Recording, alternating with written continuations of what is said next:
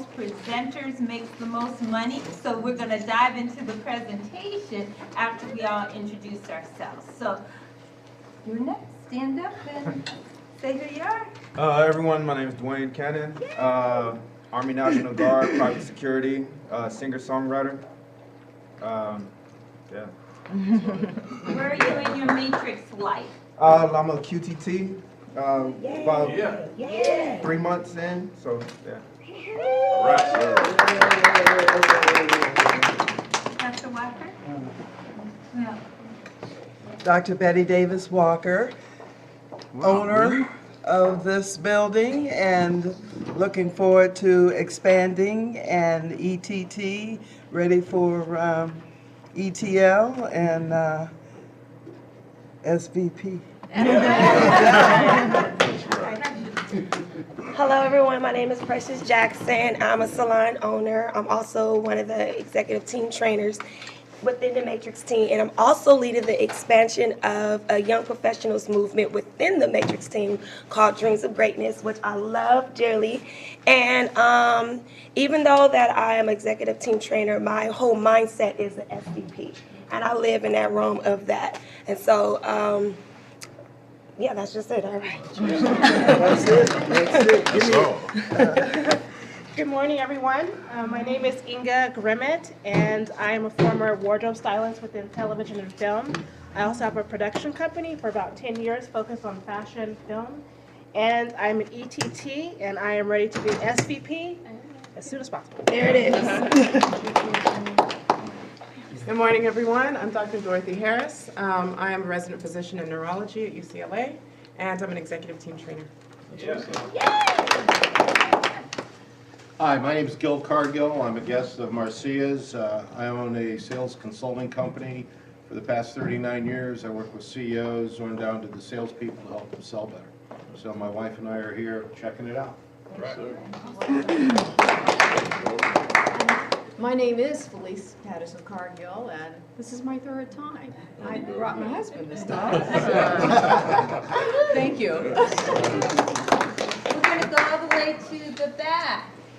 Sandra. Good morning, Matrix family. Good morning. I'm glad to be here this morning, recovering from the flu, and just glad to be here, but staying kind of far back. Sandra, my best relative, and my husband and I have been a proud member of this team now for coming up on a year. And my career was originally as a lawyer, and then as a baker for 30 years, retired, and now I'm enjoying my years of doing baking, construction, and being on the Matrix team. Excellent. Good morning. My name is Dr. Carol Cobb. I'm a national educator.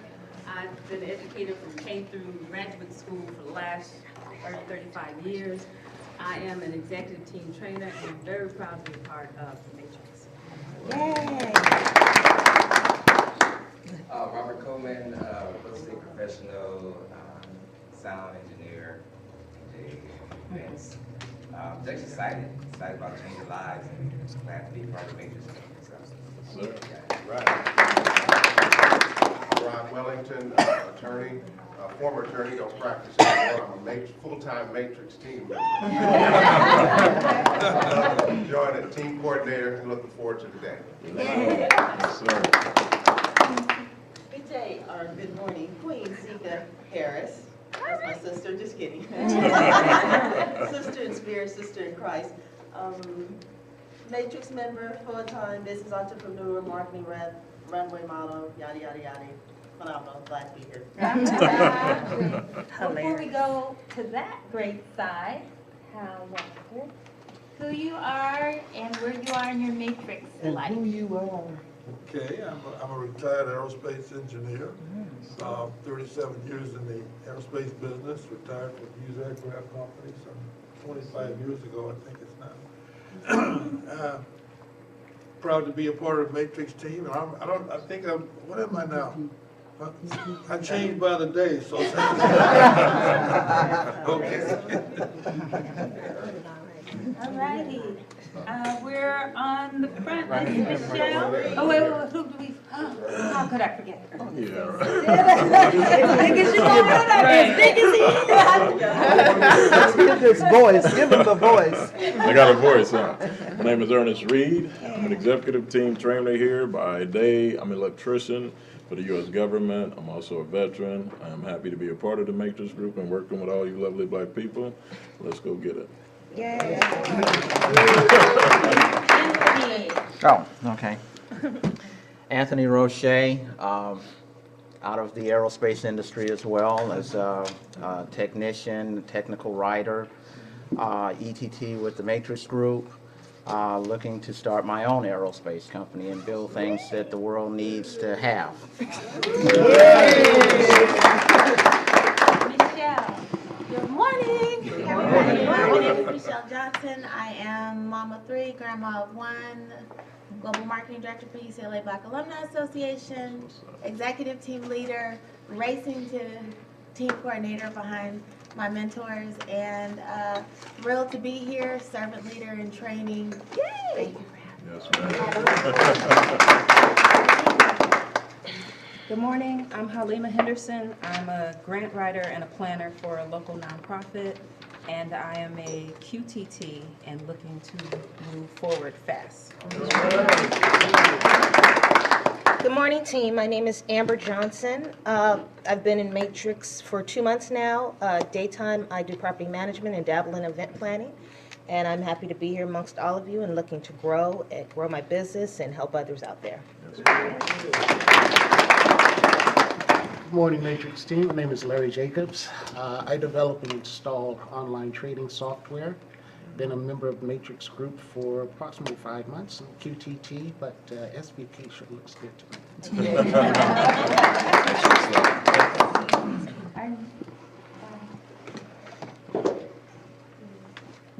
Good morning.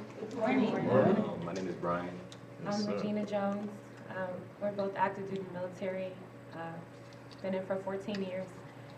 We have 3 children, 1 more on the way. I got about a week to go. My daughter too. We're stationed out in San Diego. We live out in San Diego. No, my daughter is And coming too. this is actually our first meeting, first training. We were invited by Jamila, so we came on out to get the experience. Great. Welcome. Anne-Marie. Oh, Anne-Marie. okay. My name is Anne-Marie Gentry, and my career has been teaching high school, mostly English, sociology, and psychology. And at the same time, the last 15 years, I had a child care / preschool in my home, so I was doing both. And now that I retired from the teaching part, sort of, I consider myself retired, but I'm still somehow from 8 to 6 very busy with little toddlers. And I'm also a national presenter of educational techniques of how to manage a classroom and and different teaching strategies that can help the teachers, because you know the kids want something relevant and fun, and so I'm trained to do that all over.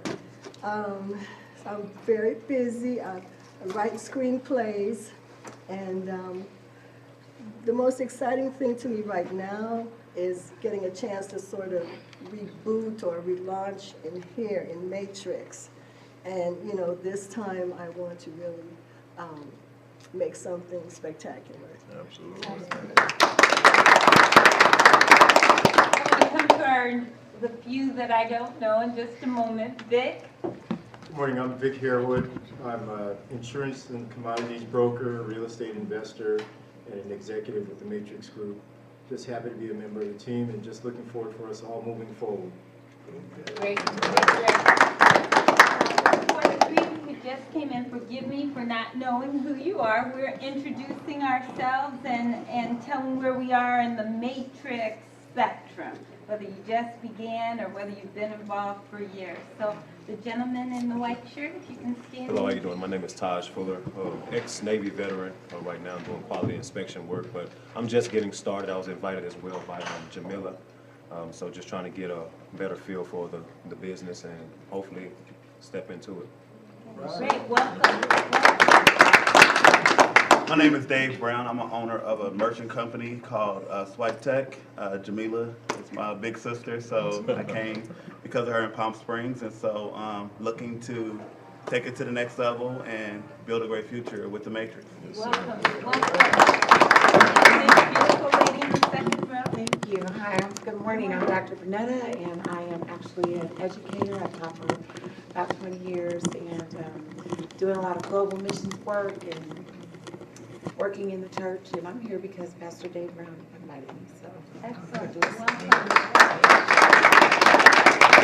I think in the back, Doris Mosley just came in. If she could stand and introduce herself. Doris, if you could stand and introduce yourself. Good morning. Good morning. My name is Doris Mosley. I am a cosmetological entrepreneur. Great.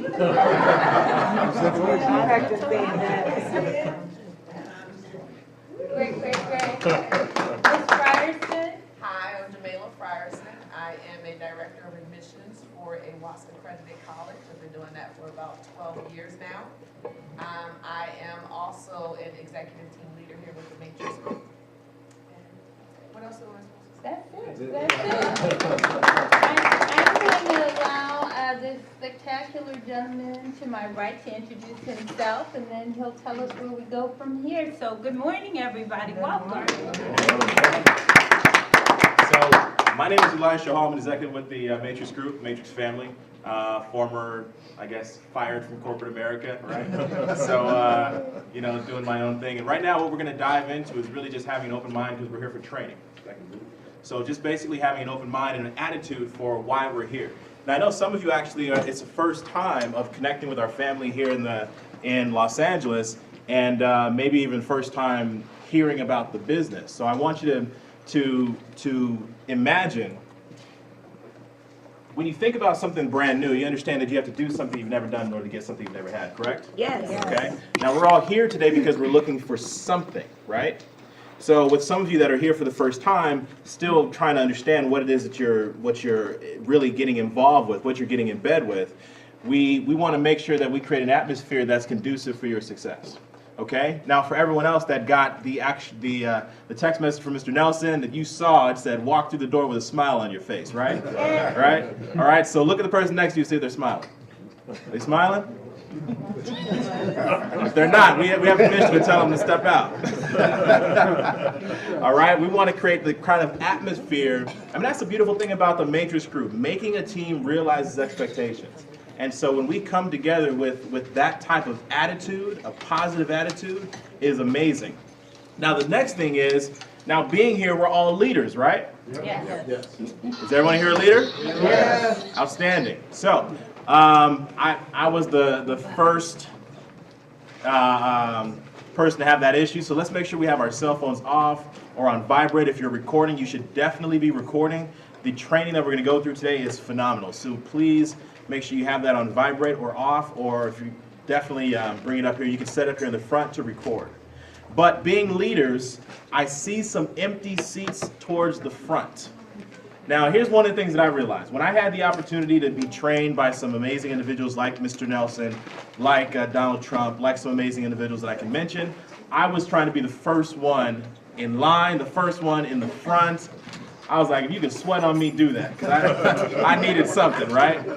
So let's encourage everyone to move up. If there's seats available in front of you, this whole third row is pretty much empty.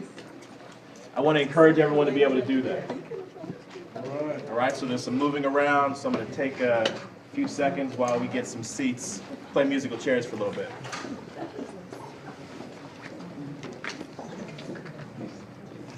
And these are taken up right here, right? Yeah, that's mine. Okay. But there's two there. There's still two. Okay, let me see. A big sister is one. Gotcha, okay. Outstanding. All right, so the idea of having an open mind. Has anyone ever heard that the mind is like a parachute? It only works when it's open? Yes. Right? What happens if you jump out of a plane and you don't open your parachute? Right? You know that can happen in life too? Right? All right, so when we look to make some things happen within the Matrix Group and within the training today, I believe that if you come from a third world country and you don't know who the President of the United States is, and he's standing right next to you, he has the ability to make one phone call to change your life. But you don't give him the power or the respect that he deserves because you don't know who he is. Does that make sense? Yes. So I have to say that the gentleman that's about to come up is literally the Oprah Winfrey of our industry. I mean, he's sought after not just within the ACN family, but industry-wide as a trainer and as a wealth coach. Someone that has changed the lives of so many people that have powerfully chosen to step in front of him and to jump on a train that's already moving. I mean, a person that within this opportunity has trained over 100 seven-figure players. That's just in this opportunity, not including the industry worldwide. So, I mean, you're talking about a person with the influence of, you're talking about through New York, Chicago, a beast of a team out here in Los Angeles with tentacles spreading out throughout the United States and all over the world. So please do me a huge favor. We're here for training, so let's get ready to get trained. So please stand to your feet. Welcome to the front of the room. Regional Vice President, soon to be Senior Vice President, Mr. Byron Nelson.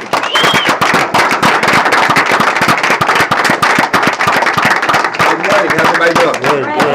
Great. How's everybody doing? Great. That's better.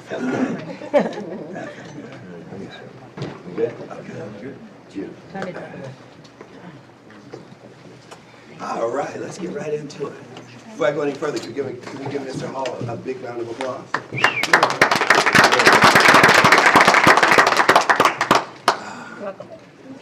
All right. Notepads out, recorders out. I might say something wonderful. Can I have my phone? Record myself.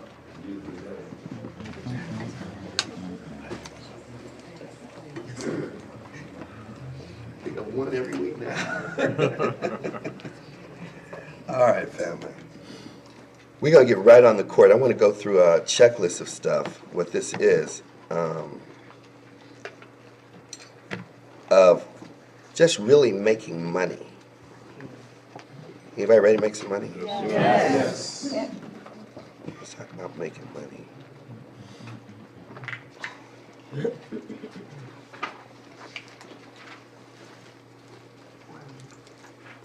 So for most of you, 90% of you guys are already on the court, so I want to identify where some of your challenges are coming from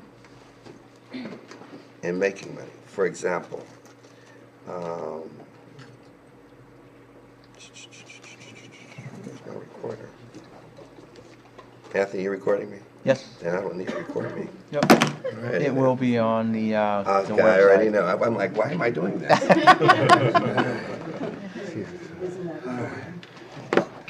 All right, let's get right on the court. So Queen, I'm ready to make some money. And in making money, I am not getting anybody to the briefing. And I have pretty much burnt up my home warm market. So what's my strategy? What do I need to do? I've used all my warm market. I've talked to everybody. I have a few people that came out, a few people that got started, a few people that have quit. Pretty much, I'm standing here with a nice little title of ETT or ETL, and I'm still not making money, and I don't have a team. And you use up all your warm market? Not all my warm market. And probably, I mean, nobody ever uses up their whole warm market, so I still have some people in which I haven't touched. So what do I need to do? What's my strategy? My strategy for you is that you use up your warm market, but you can work with me. So what we're going to do now is we're going to go back through your list of 100. If you gave it short, let's do a whole other list of 100. Allow me to work with you when you sit down with me and let me make 25 calls for you so you can hear the language. Because what you didn't do was get yourself out of the way and allow me to work with you as your team member. Okay. Okay. So I live in San Diego. You live in San Diego, not a problem. That's why we have telephones. One of the things we're going to do. So you're still going to make the 25 calls for me? Yes, we are. We're going to make Everybody? Not everyone. I'm gonna set up a structured time for you. And if that doesn't do it, we want to knock the time down, I'm going to coach you on how to do a blast off. So then therefore, it's going to be a little bit more effective. I can talk to more people instead of one. But I really wanted you to see how I do your first 25. So as I'm doing it, you can hear it, and I'm teaching you. So now I'm coaching you as well, so that you'll be able to duplicate what I'm doing. Okay, so I am Rod and Sandra. And Rod and Sandra, how many people do you have on your team currently? I mean, 100. not active, but yeah, total. 150. So you have 150 people on your team. I'm an ETL, Michelle. How many people do you have in this training, Michelle? In this room here today, on your team? Nobody. So I'm an ETL, Michelle, Okay. that has built a great portion of 100+ trainers. Real scenario. I have nobody in this room. And what's the most amount of people you put in any given month? Probably in a month, probably 7. So, and you've been in for how long? Approaching 8 months. So I've been in for 8 months. I've never put in more than 6 trainers. I'm a major leader. I'm doing my own presentations, my own training. I have teams growing. I have people in Houston. I got people in San Diego. And I'm sitting in an elite training with no bodies here. What's my coaching?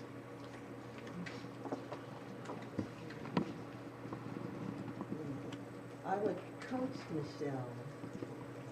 I would ask her, have you tapped rooted ready to get a list from everyone, at least from the people that you first frontline? If you actually get a list of 100, and of that, have you tap rooted diligently through that list?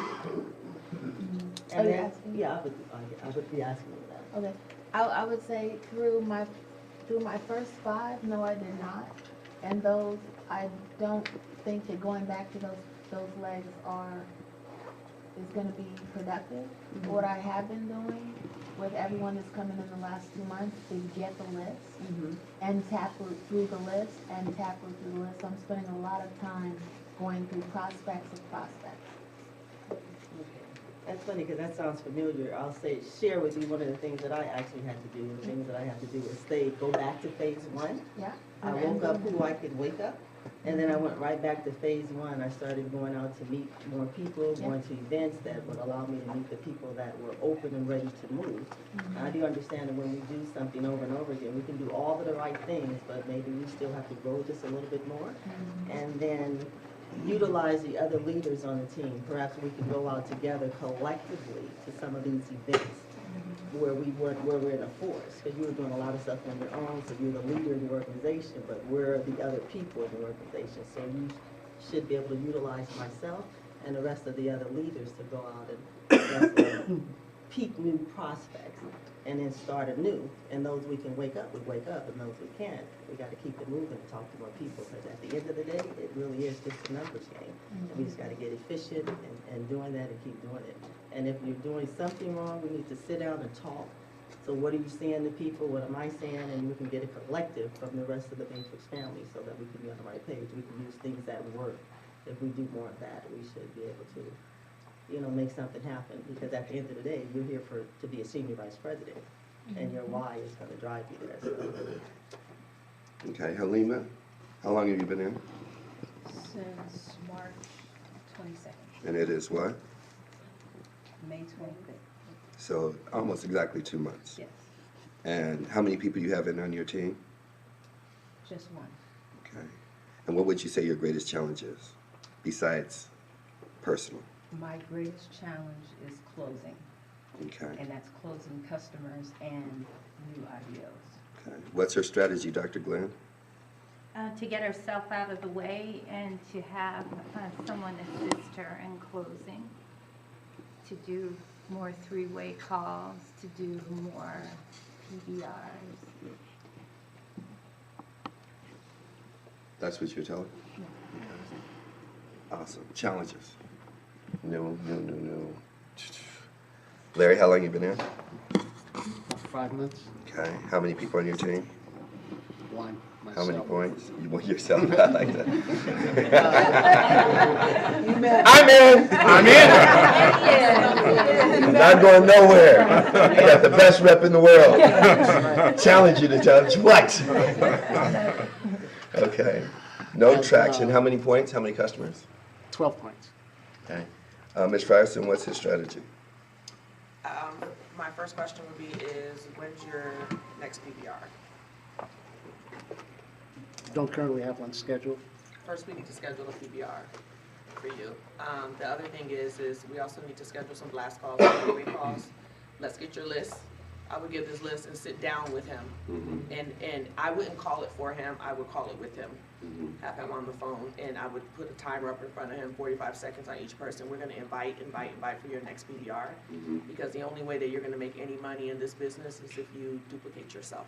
And Larry, would you agree with it? I mean, is it that you haven't worked your list, or have you worked your list? Yes, I have worked my list. I've had several people on blast calls. No palatable results as yet, but have to keep going. So action plan. I need an action plan, obviously, because what we're talking about is theories. Theoretically, everything sounds good. More blast calls, more PBRs, more contacting people. But I would imagine that, Halima, have you been contacting people? Yes. Have you been contacting people? Oh, yes. Yes. Have you been reaching out to people? Absolutely. Yeah, in your list, and in your team's list with people. Absolutely. Okay, so there's something that's missing there. So all these strategies you guys are giving me is ineffective because they're already reaching out, with the exception of there's some nuances. The number one law, as we know, is get yourself out of the way. We get that. But even in getting themselves out of the way, we're beating a dead horse because they've been doing this now for a couple of months. And I'm looking at an ETL who has no leaders in the room. Yes. Well, may I make some comments? By all means. For Larry, I think he is a magnificent person. I think he may have evolved from his old list. And I think, he's one of the few people I would say may benefit from a cold market approach because he's just immense. And I think a lot of his old list wasn't real receptive to him, probably because of who he was in the past. So Which means, so we've identified the problem. His old list is not receptive, so what do we need? I think he needs a new list. What a concept. Now we need a new list. We need a new list. Can I add something else? Yeah, by all means. He needs to be launched again. He needs to be launched as if it was his day one. Outstanding. He needs to be relaunched. And Larry, who's your upline? I got you, Keith. You're coming next. I would have to say it'd be Dr. Glenn. Dr. Glenn. Well, Dr. Glenn. Back to it's Ryan and Sandra. Well, it's Dr. Maxey. Dr. Maxey. Somebody. Let's just keep pointing the finger here. We'll find somebody and take the blame in here. It's a good day for blame. We're all dead. Let's all go to the funeral site now. It sounds like Adam and Eve. It's them. No, it's them. No, it's their fault. I'm just upline RD. What do you want from me? You get to yell at her, you gotta yell at me. And you know what?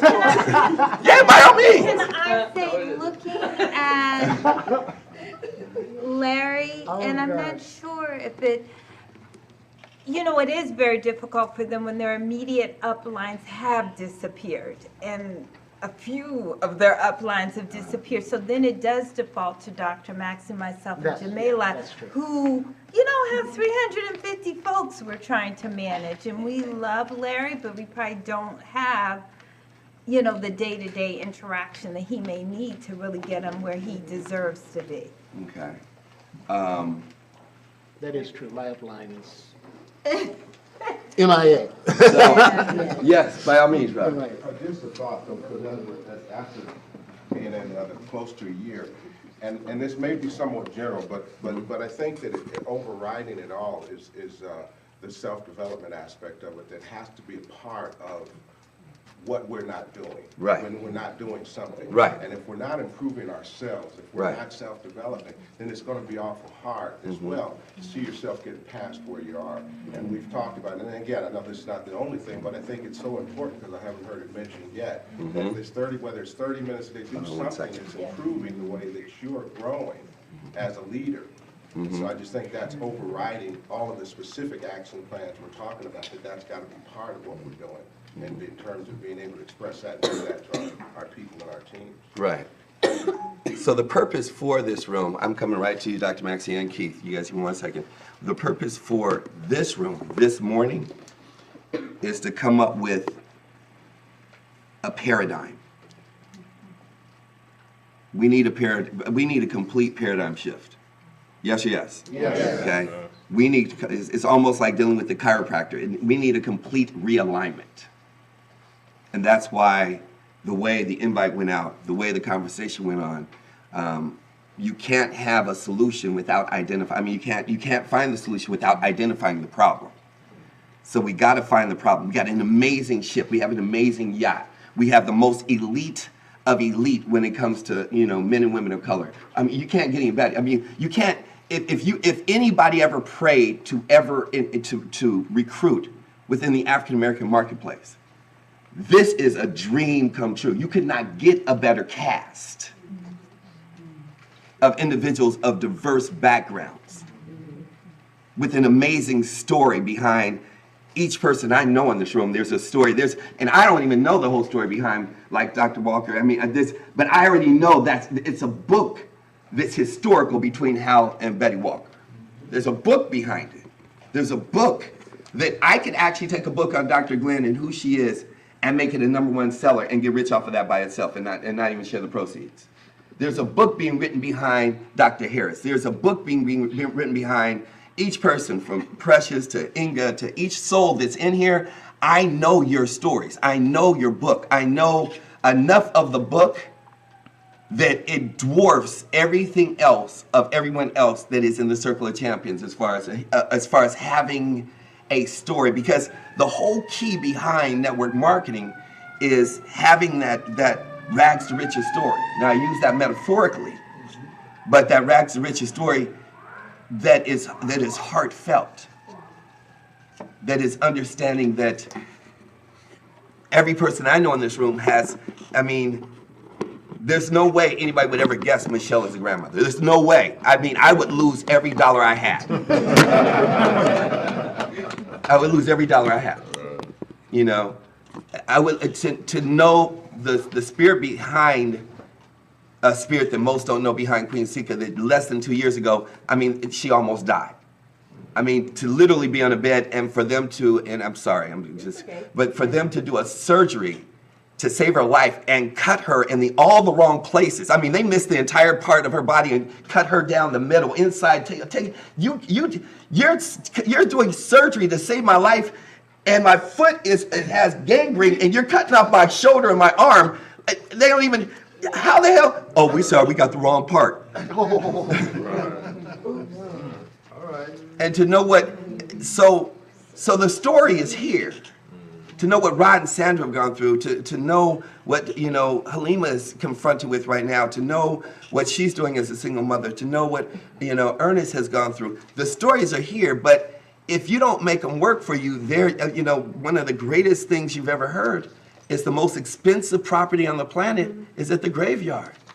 Yeah. It's the stories that are untold. It's the blessings that were unclaimed. It was the people that did not, I mean, that had all these ideas and dreams and died with them because they didn't live into their full God-given potential. And each day was an excuse. And at each funeral, we say the exact same thing. I wish I spent more time with you. At what point do you want, that's what everyone's going to be saying about you, because you were too busy being broke. It has nothing to do with money. It has to do with what you think and how you're activating and how you're initiating and how you're extracting from time. Not just time, but truly creating moments. That, I mean, while you're in it, you know, it's like, I went out last night. I was trying to remember when I go out. I went out last night. And I had a friend with me. And I said, we're going on a field trip. And she looked at me like I was crazy. I said, no, we're going to go on a field trip. I was like, I like doing just random stuff. You know, I could easily end up in an alley. I could easily end up at an amusement park. I can find fun and light anywhere. That's who I am. I can be with the bougiest to the black tie. I sit right next to the president. It doesn't matter if it was Bush or Barack. It doesn't matter. And fit right in and hold a conversation better than 95% of the people in the room. Most of you already know that. And still, you could take me right to Grape Street, and I will change my gear in a heartbeat, and I fit right in. Like, what up, what up? What up? Stay over there. I say right here. You say your space, I say my space. We'll go. So I said, I'm going to take you to the court. So I took her to the court. Which one? The one right there in Adams. So she's like, and a little bit out wide. Like, I said, this is where you can find a judge that released the guy from prison at the same time, both having a drink. Right. And so I sat there and just enjoyed, because I love the music there more than anything else anybody's ever been. I mean, I could just sit there in my own little world, just listen to the music. And the brother just, people started seeing me. I was like, and one day was like, that's Byron Nelson. It's like people that have seen the presentation, knew me from 10 years ago, knew me from 20 years ago. Some people, and this one brother, he just came up and he said, he just looked. And so there's a couple of my other friends that I'd seen there. I didn't know they were going to be there. I just literally dropped in impromptu. And so people got around, and some came and paid homage, some were hating. You guys know the drill, right? It's like, they got the snarl too, like, you think you are, man. Then they come over and act like, oh, so how's your business? I know you're making a lot of money. It's not for why are we having a conversation? Right. I don't even know you like that. But one of my partners who's big in real estate, huge in real estate, comes over to me and he says, Beverly Center. And I'm like, yeah, Beverly Center. He said, Beverly Center. And he kept saying it, and so he had to explain it. He's like, I know this brother, and I don't know if you know who he is and how long you've known him, and it's like 3 people kept coming over and cross-edifying, like they were in the business, right? I was like, I'll pay $4.99. It's kind of cool, right? Because there's 3 different crossroads. In fact, I got to check somebody. That's part of the exercise. This one says she's coming today. She saw it some time ago. Her friend didn't get in. Anyway. And he kept saying Beverly Center. Beverly Center. Now, I was part owner in a club underneath the Beverly Center called 310 years ago. Years ago.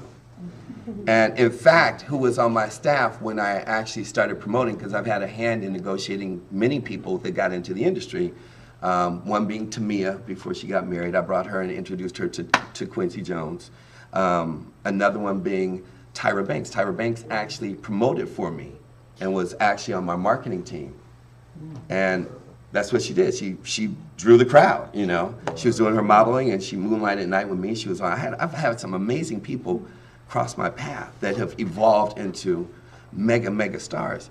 And he kept saying Beverly Center, and he finally got to the point of explaining to her. He said, I've crossed this brother's road over 30 years on 30 different paths, rooted really deep, and probably when I see him again, I'll come up with another note. And he said, but it's not until after you do something like what Dr. Howell and Betty Walker are doing and have done in Africa with Mandela, and what Dr. Glenn has done in, Marina Del Rey, and I can go down a lot of people here just on a smaller level or a large level. We take our accomplishments for granted. I mean, he was like, when you think about it, because I never really thought about it, what, not just a man, but a black man had real estate in the Beverly Center throwing a club. He said, that's just historical. That doesn't happen. He said, they let you in. And you didn't do it once, you did it twice and 3 times and brokered. And he's like, when you think about it, that's just mammoth. And I mean, I really didn't think about it. He said in retrospect. And so I say that with each one of you, that each one of you have accomplished something. That if you think about it and you stand in it, no matter how high or low you are in life right now, you have to stand proud for some of the things that you have made it through. I don't care if it was losing a child. I don't care if it was a divorce. I don't care if it was losing a parent. I don't care what it was. You got to stand in the space of greatness, of what you're able to have accomplished. Who Dr. Maxey is, and I mean, the list just goes on. And we don't know that about each other. And that's the key in understanding network marketing. It's about the relationships.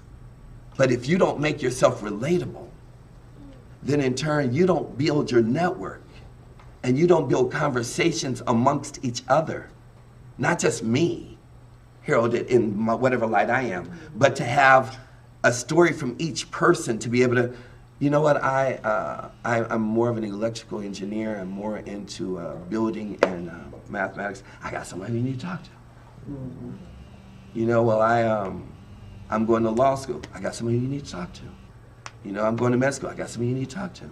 Look, you know what, I'm playing basketball. I got somebody you need to talk to. I'm into fashion. I got somebody you need to talk to. I do hair. I got somebody you need to talk to. You know, I just got out the pen. I got somebody you need to talk to. I got somebody for everybody. I do, but do you? Because that's where you're coming up short. And if you don't understand the nuances, if you don't learn how to, it's like some of you are heavy on the court.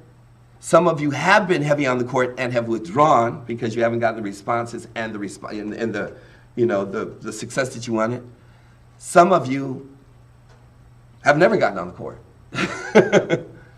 But it really does tap into what Rod just said, Mr. Walker said, and that is Wellington. I don't know Walker. I got another friend named Rod Walker. Wellington said, and that is the self-development piece. How much are you really growing yourself? So I'm going to lay the foundation before I get into the meeting. We're going to go really fast because this isn't going to be a long, intense. It's just I want to shake the tree a little bit to be able to figure out exactly, for as much as possible as God will allow me, what's going to create what you want for your life. What is it that you want for your life? I mean, that's what I want you guys thinking about here, beyond just what I'm saying. What do you want for your life? Does that make sense? Does everybody follow me on that so far? Yes. And how responsible are you going to be a part of that? So it's a matter of, we'll get to the culture and the environment on the second half of this conversation. Marty, are you there? Can you hear me? Outstanding. I want you to share in the coaching I gave to you on, I believe it was now Friday. We're into our second session. I didn't get a chance to do that video, so I figured I'd kill another 2 birds with 1 stone since I'm in a leadership.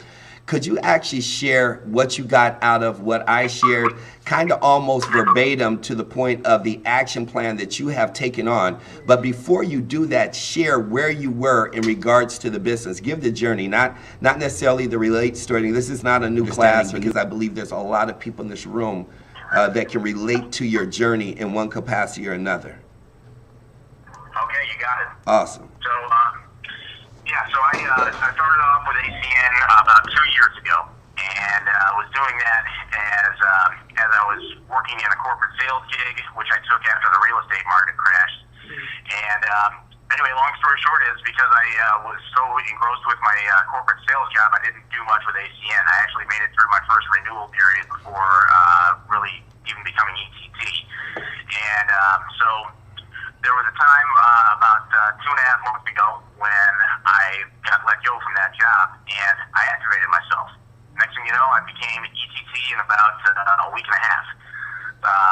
So there's no question that being able to take action was something that, once I got over that threshold, once I found a reason why I needed to do it, it was there. So following the system can do a lot for anyone who's willing to do it. The chief that I had, which led to our coaching call the other day, was that I live in downtown Chicago.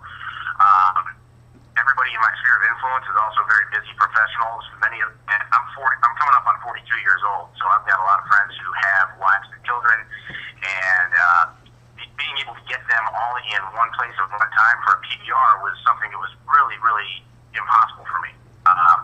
So the coaching I had with Mr. Nelson on Friday was to be able to say, all right, you know what, maybe the PBR isn't really the right way to do it, and what's truly important is to just get the relationship and get a truly professional conversation going on with the individuals who I want to introduce the business to, but at the same time, just get them together for coffee. Forget about the PBRs and get them together for coffee 20, 30 minutes at a time, and to do that in a manner where it's not a full presentation. It's not a 1 to 10. It's not showing the Donald Trump video or anything like that. It's just a matter of being able to speak with them about what it is that they want in their lives, what are the challenges that they're having, and let them know that I'm working on a project, something that's involved with the deregulation of utilities here in Illinois, as well as banking and finance, and looking for someone to be interested in elevating their income on a part-time basis that will ultimately lead to some financial freedom for them. But doing that in a format that's completely outside of the PBR. And that was a breath of fresh air for me because, you know, a lot of my leadership team here in Chicago has always been stressing the importance of PBRs. And it just wasn't working for me in terms of my sphere of influence, the way that I was inviting, and it just seemed to be an impossibility. It was really taking a lot of wind out of my sails. So the accountability that I've got with this plan that I've taken on is to have no less than 20 one-on-one conversations with the people in my life, just having coffee. And I can schedule 2 or 3 at a time, but just to schedule at least 3 different times a week where I'm in a particular location for 2, 3, 4 hours, and I've got someone coming at 4 o'clock, 4:30, 5 o'clock, and we just have a brief conversation to find out if they're the ones that I'm looking for. And if I find out that they are, that's awesome. And if I find out that they're not, then that's awesome too. But what that allows me to do is to build a relationship, let them know what it is that I'm up to, and get them enrolled without having to do it in such a canned, formatted presentations like a 1 to 10 in a PBR. So Nelson, is there anything else you need on that? No, that's right on point. Text me the rest of what you need today moving forward, and I'll make sure to cover that in this training, which is being recorded. Anthony has it, and it's going to be uploaded as a link, and I'll make sure to cover that. Thank you. Give him a round of applause, man. I'll hit you in a little bit, baby. Love you, man. I'll hit you in a bit. Okay, bye. So here's a gentleman, and why I wanted each person to go around, because here's what's being missed. One, you guys hear me say it all the time, you have to be a student of 3 different dimensions. Number 1, you have to be a student of leadership. That's 80% of the game. Falling in love with being a leader, knowing what it takes to be a leader, knowing what it takes to be, you have to be the example that people want to follow. You have to be the example that people want to follow. So the main reason for this was we've already shaken the tree, we've shaken the branches, we've gone through the season, we've had one great harvest, 2 or 3 for a couple of other people. Now it's time that everything, we've gone through winter, and I believe it's time to blow up this business. And so I needed to know who were the new branches, which is why I sent out the invite the way that it was sent out, to say who wants the harvest. And so in that, you have to first change your attitude. Within changing your attitude, you change your conversation. So my request, and we're going to go through a checklist before the day is out, you know, is really going through what it takes to first, before I can grow, before I can take a seed and I can grow the seed into the tree that I'm looking for, or the plant or the flower, whatever it's going to be, I need to make sure that the ground is fertilized. I need to make sure the ground is fertile. I need to make sure that I'm planting the seed in good soil. So you have to figure out, are you that gardener? Do we have the soil? How much a part of the lives is Ernest of Larry of Dr. Maxey? Of Dr. Maxey, have you ever talked with Inga and Randy? Have you ever sat down and talked with, you know, Dr. Walker and Michelle? Have you ever sat and talked with Keith? And because this is cross-pollination, until this is tight, there's nothing that can grow here. It's understanding and following my lead in regards to, I'm really consistent. Whether I'm late or early, I'm consistent. I'm very consistent. But if you know the way we grow and the nuances for the people that show up, you can't be upset that I showed up at 9:20. I was here at 9:20 because there was 2 people that were calling me that were lost outside that are new here, and they gave me a call and wanted to find their way here, and so I was driving around looking for them. And if you follow my lead in coaching, I said that I will always set a time, and it will be a time 30 minutes before I start. So I said 10 minutes before 9 because I knew I wanted to start at 9:20, which would put me right on time. Yes. So I find, so that I can cover my tracks with my urchins and with my people that are very anal about time, this, that, and the other, how to, if I set a time at 2 o'clock, just like I sent out the other one at 11:30, I said the first one was personally an email. That personal email each one of you got. You don't, where Rod, and I understand it mixed communication, I need you to just get more in sync with me, that the 11:30 was for everybody else. I still have to reach everybody else. It was late because I'm always late, but I really don't care if they show up or not because the only ones I want to show up are the ones who are here. Because some of the others are going to get that email and say, why do you do it last minute? Because I really could care less if you're here, because you haven't cared enough if I'm here. Welcome. When you care enough if I'm here, you probably will never have to ask whether I'm going to be here. If you're on the court at the same level I'm on the court, you don't have to say, oh, let me run inside and get my shoes, my gym shoes to play basketball, because a basketball player, kids, I'm not talking about professional, I'm talking about when we kids, we carry our gear in the car. We got our gym shoes and a ball, ready to ball. We could be in a suit and see a court right outside. You want a ball? 2-on-1, 1-on-1, what's up? Horse? What y'all want to do? I'm ready, but right. That's what ball is. But you stay ready, you never have to get ready. If somebody who's in the game, somebody who's, you know, that kid is just, it's like I walk around everywhere with the ball. Jamila and my son, they partake in a program at Landmark, and one day they came in, the second day, Cameron, the other Cameron, they're both named Cameron, came with the ball. I'm like, what's he doing with the ball? He said, everybody else brought something, I'm bringing something. You got a 14-year-old kid walking in with a basketball to a training, a mental, because that's what kids do. See, we got to go back to that kid mentality. That's what I'm getting at. You got to go back to that space and time where you didn't care and you had no fear. All you knew is what you wanted. And you were willing to put in the sweat equity. See, when people see you talk about the opportunity, they got to see a glistening in your eye. They got to see a hope. They got to see that beacon of light. They got to see that miracle that can exist for them, not that intelligent conversation that you get to when you don't have success. See, when you first came in, you got in on that gleam. That's what everybody here wrote check on. Yes, sir. You excited? I'm excited. What you excited about? I don't know. She excited? I'm excited. Let's do this. What are we gonna do? Don't know yet. We gotta do with some money. All I know is it cost me $500. I gotta help some people save some money, help some people make some money, and they said I could get rich. Right. Chris rocks out. Amen.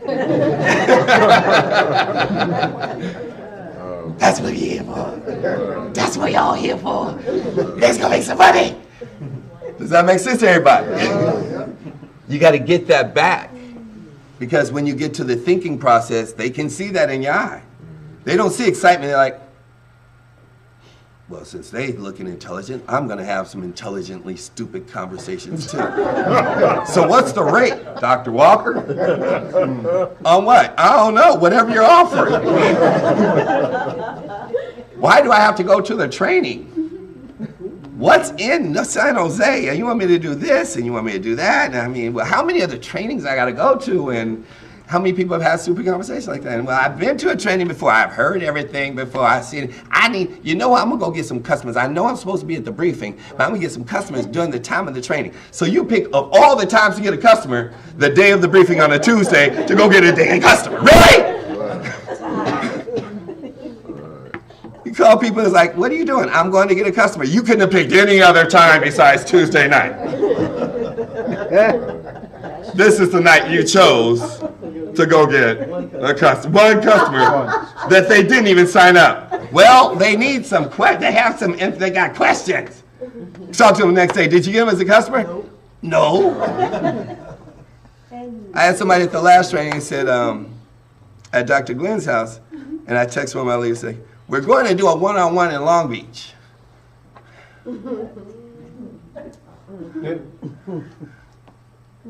I said, okay. Well, we aren't going to finish until 9:30. Can you come at 9:30? Even 10. It ran late. Look at the report. So you went and did a one-on-one. Nobody got in the business. Because you aren't in the business. All right. You want to do it your way.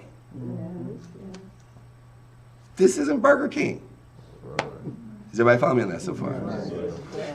Greg Provenzano used a metaphor that was very important and it really resonated with me. He said, you got to make sure when your team comes together and when they decide to take a journey, with you in this business. He said, make sure they're clear, this is not a taxi. I have a bus. You want to go to San Diego. You want to go to San Francisco. It's going to go to that destination. It's going to drop everybody off. It's going to come back and pick up some more people. The people that want to be taken somewhere specifically outside of San Francisco, San Diego, they need to go find another taxi. It's much more expensive, by the way. Plus, it doesn't take you to the other side of money. You stop somewhere along the way, and they have all these different pit stops. That's why they get out and you go somewhere. Does anybody understand that conversation? Yes. You don't say, I'm Magic Johnson, and because I'm bringing Magic Johnson to the table, Halima has Magic Johnson, Magic Johnson coming. That's cool. Got $4.99? Because that's the only thing I'm thinking. He got $4.99. He got a lot of $4.99. That's cool. Is he gonna sit in the training? Where's Magic Johnson? I don't give a flying rat's tail's ass if it's Magic Johnson. So you gonna let Magic Johnson buy McDonald's, and then because he's Magic Johnson, say, I don't like the Big Mac. We're gonna take one of the patties off. We're gonna change the special sauce. Lettuce bun? No, we don't need that. We're gonna pick, but we still gonna call it a Big Mac. Magic Johnson got to make a Big Mac the way a Big Mac is supposed to be made. They don't change the Big Mac because he's Magic. They don't care. When somebody comes in and say, "Oh, this is not a Big Mac," you're going to have kids yelling, "Mama, this ain't no dang Big Mac! This ain't no Big Mac. What is this? You promised me a Happy Meal with a Big Mac!" But we let people come in to our store, into our business, and change our Big Mac. You don't hold ground. Just saying, for 90 days, I don't care if you don't, and now you can shift. We're going to the concept of closing, which is conversations. There is a conversation to bring a person into the business. There's a conversation to keep people in the business. And there's a conversation to activate people in the business. Let's say it again. There's a conversation to bring people into the business. There's a conversation to keep people in the business. There's a conversation to activate a person in the business. That's what we need. We need more people activated. So of all your conversations, you got to figure out where and how powerful is your conversation. Is your conversation strong enough to bring people in? Because what I was just sharing with Marty and what he did in talking about PBRs, and yes, I'm a great advocate of PBRs, and yes, I believe that you can't make any money unless you do PBRs, and yes, everybody in here should have a PBR, but not everybody has access to either location, people, or, the confidence level, or the demographics that is user-friendly. So independently, what you need to master more than anything else, which is what this morning is about, for those who want to make money, which is why we're here, is conversations. What is your conversation? So we're going to start with the first conversation, which is getting me into the business. So go ahead, Precious. You was going to say me. Up there. Up there. Oh, up? Yeah, get up there. Oh. Go ahead. Just you can keep it. You just turn. You go. Okay. Conversation to get into business. Look, I'm involved with this amazing company that allows people to walk off of their job within 6 months. I don't know where you at in your life. I don't know what you're doing, but I know this is it, and I know that this is something. Stop. So let's write this down. We're talking about the first conversation of getting people into your business. Okay. Yeah. If you want to stop and start your recording, because it's going to be juicy. I actually bought some A1 sauce for this one. And the hot sauce rooster.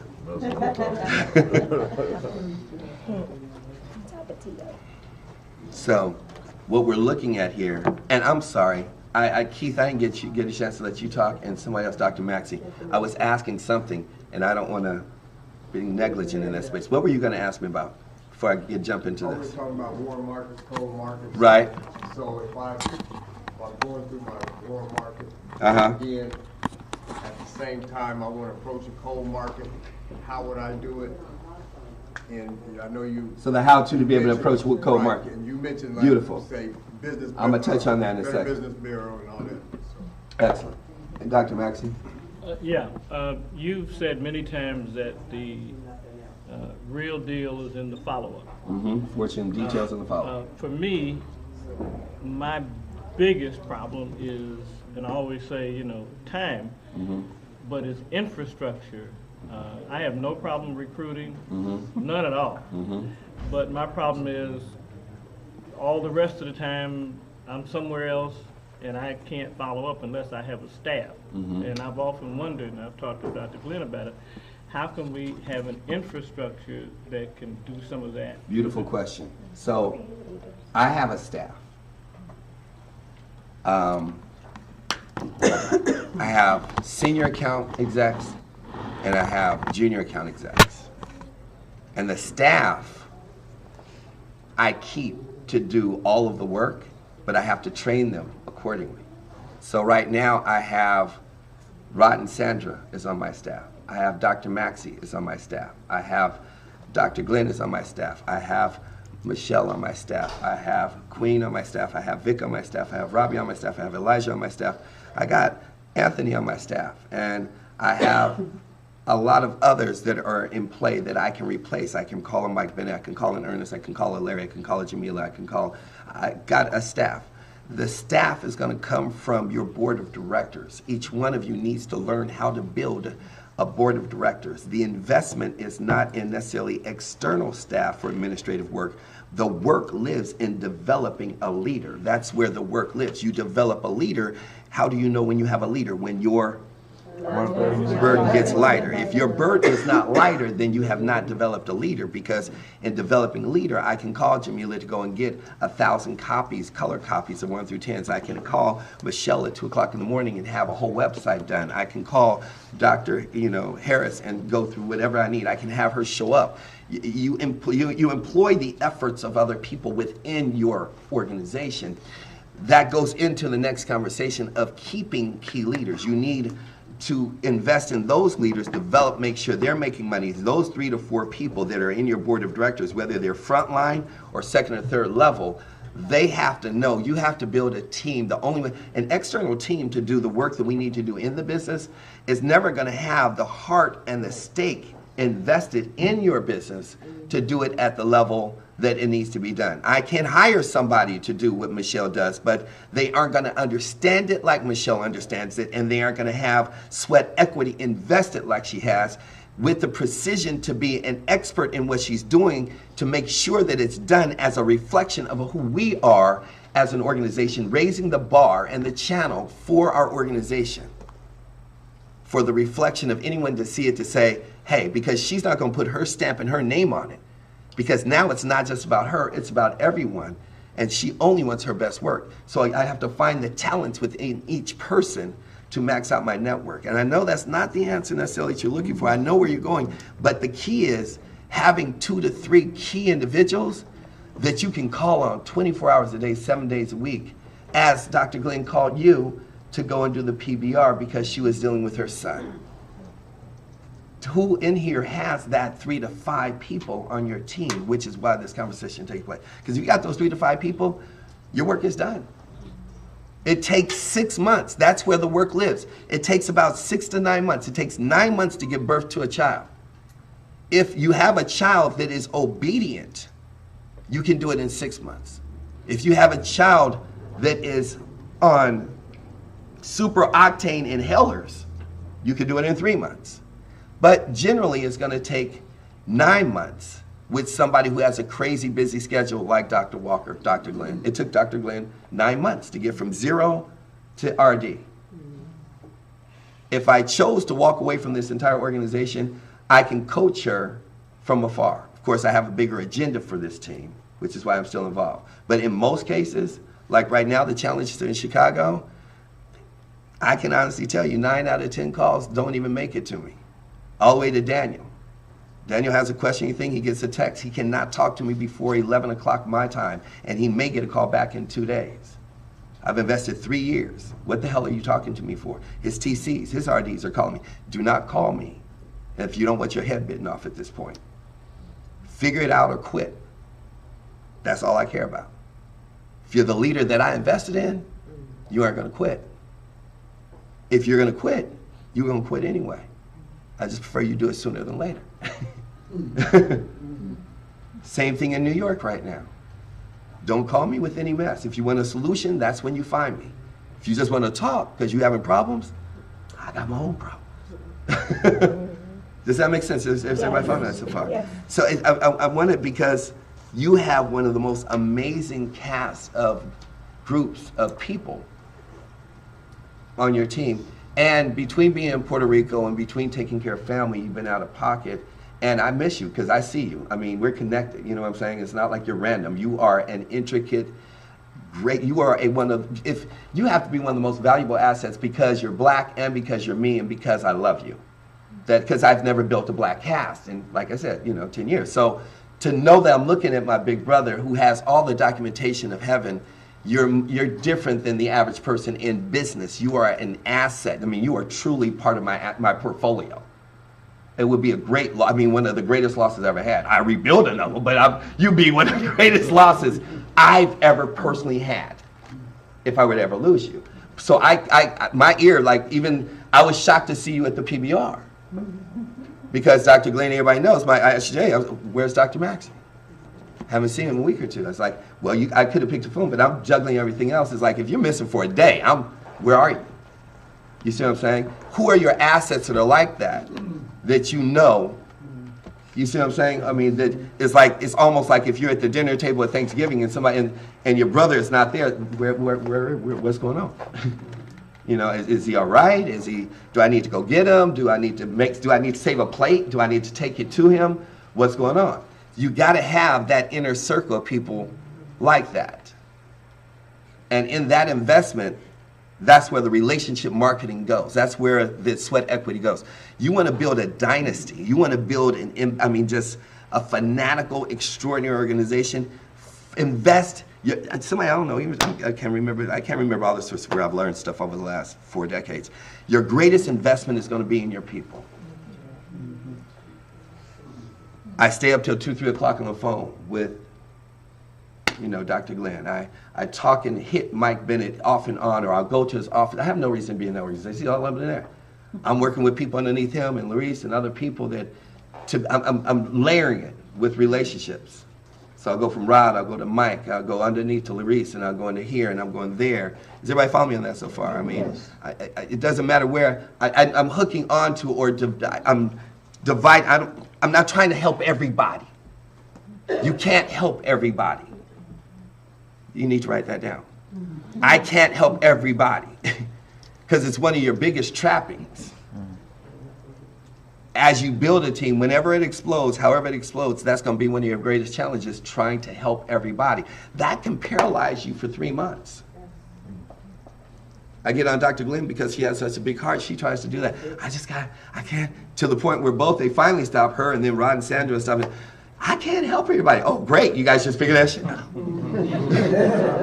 I said that in the beginning. I'm glad you realized that. Let's start over again. Develop 2 or 3 key individuals that will explode, that want it. That's the key. You got to find the ones that want it. Not that are voyeurs or just coming to, because some people just show up just because they feel like they might miss out on something. They aren't coming because they want anything. You feel me? I'm saying I'm here. Why? Why are you here? Is what I'm trying to figure out. Because I don't get anything other than you're just here, taking up space and oxygen. And for us, that's a commodity. We need our oxygen. You're taking up air. Is anybody getting this? Yes, yes. Yes. So we're going to break in about 10 minutes. I want you guys to stick with me on this one conversation.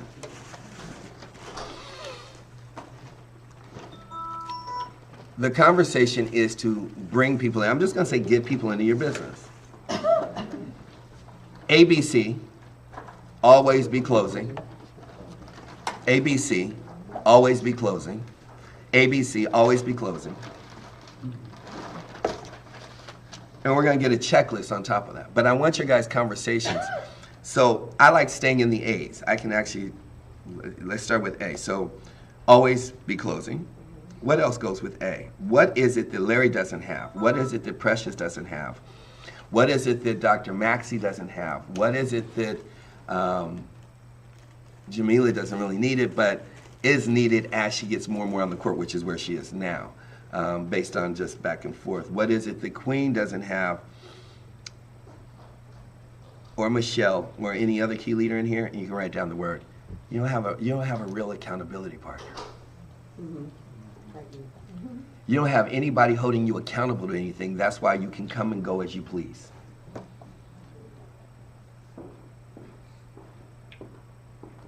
If you're going to lose weight, you can't do it by yourself. You need an accountability partner.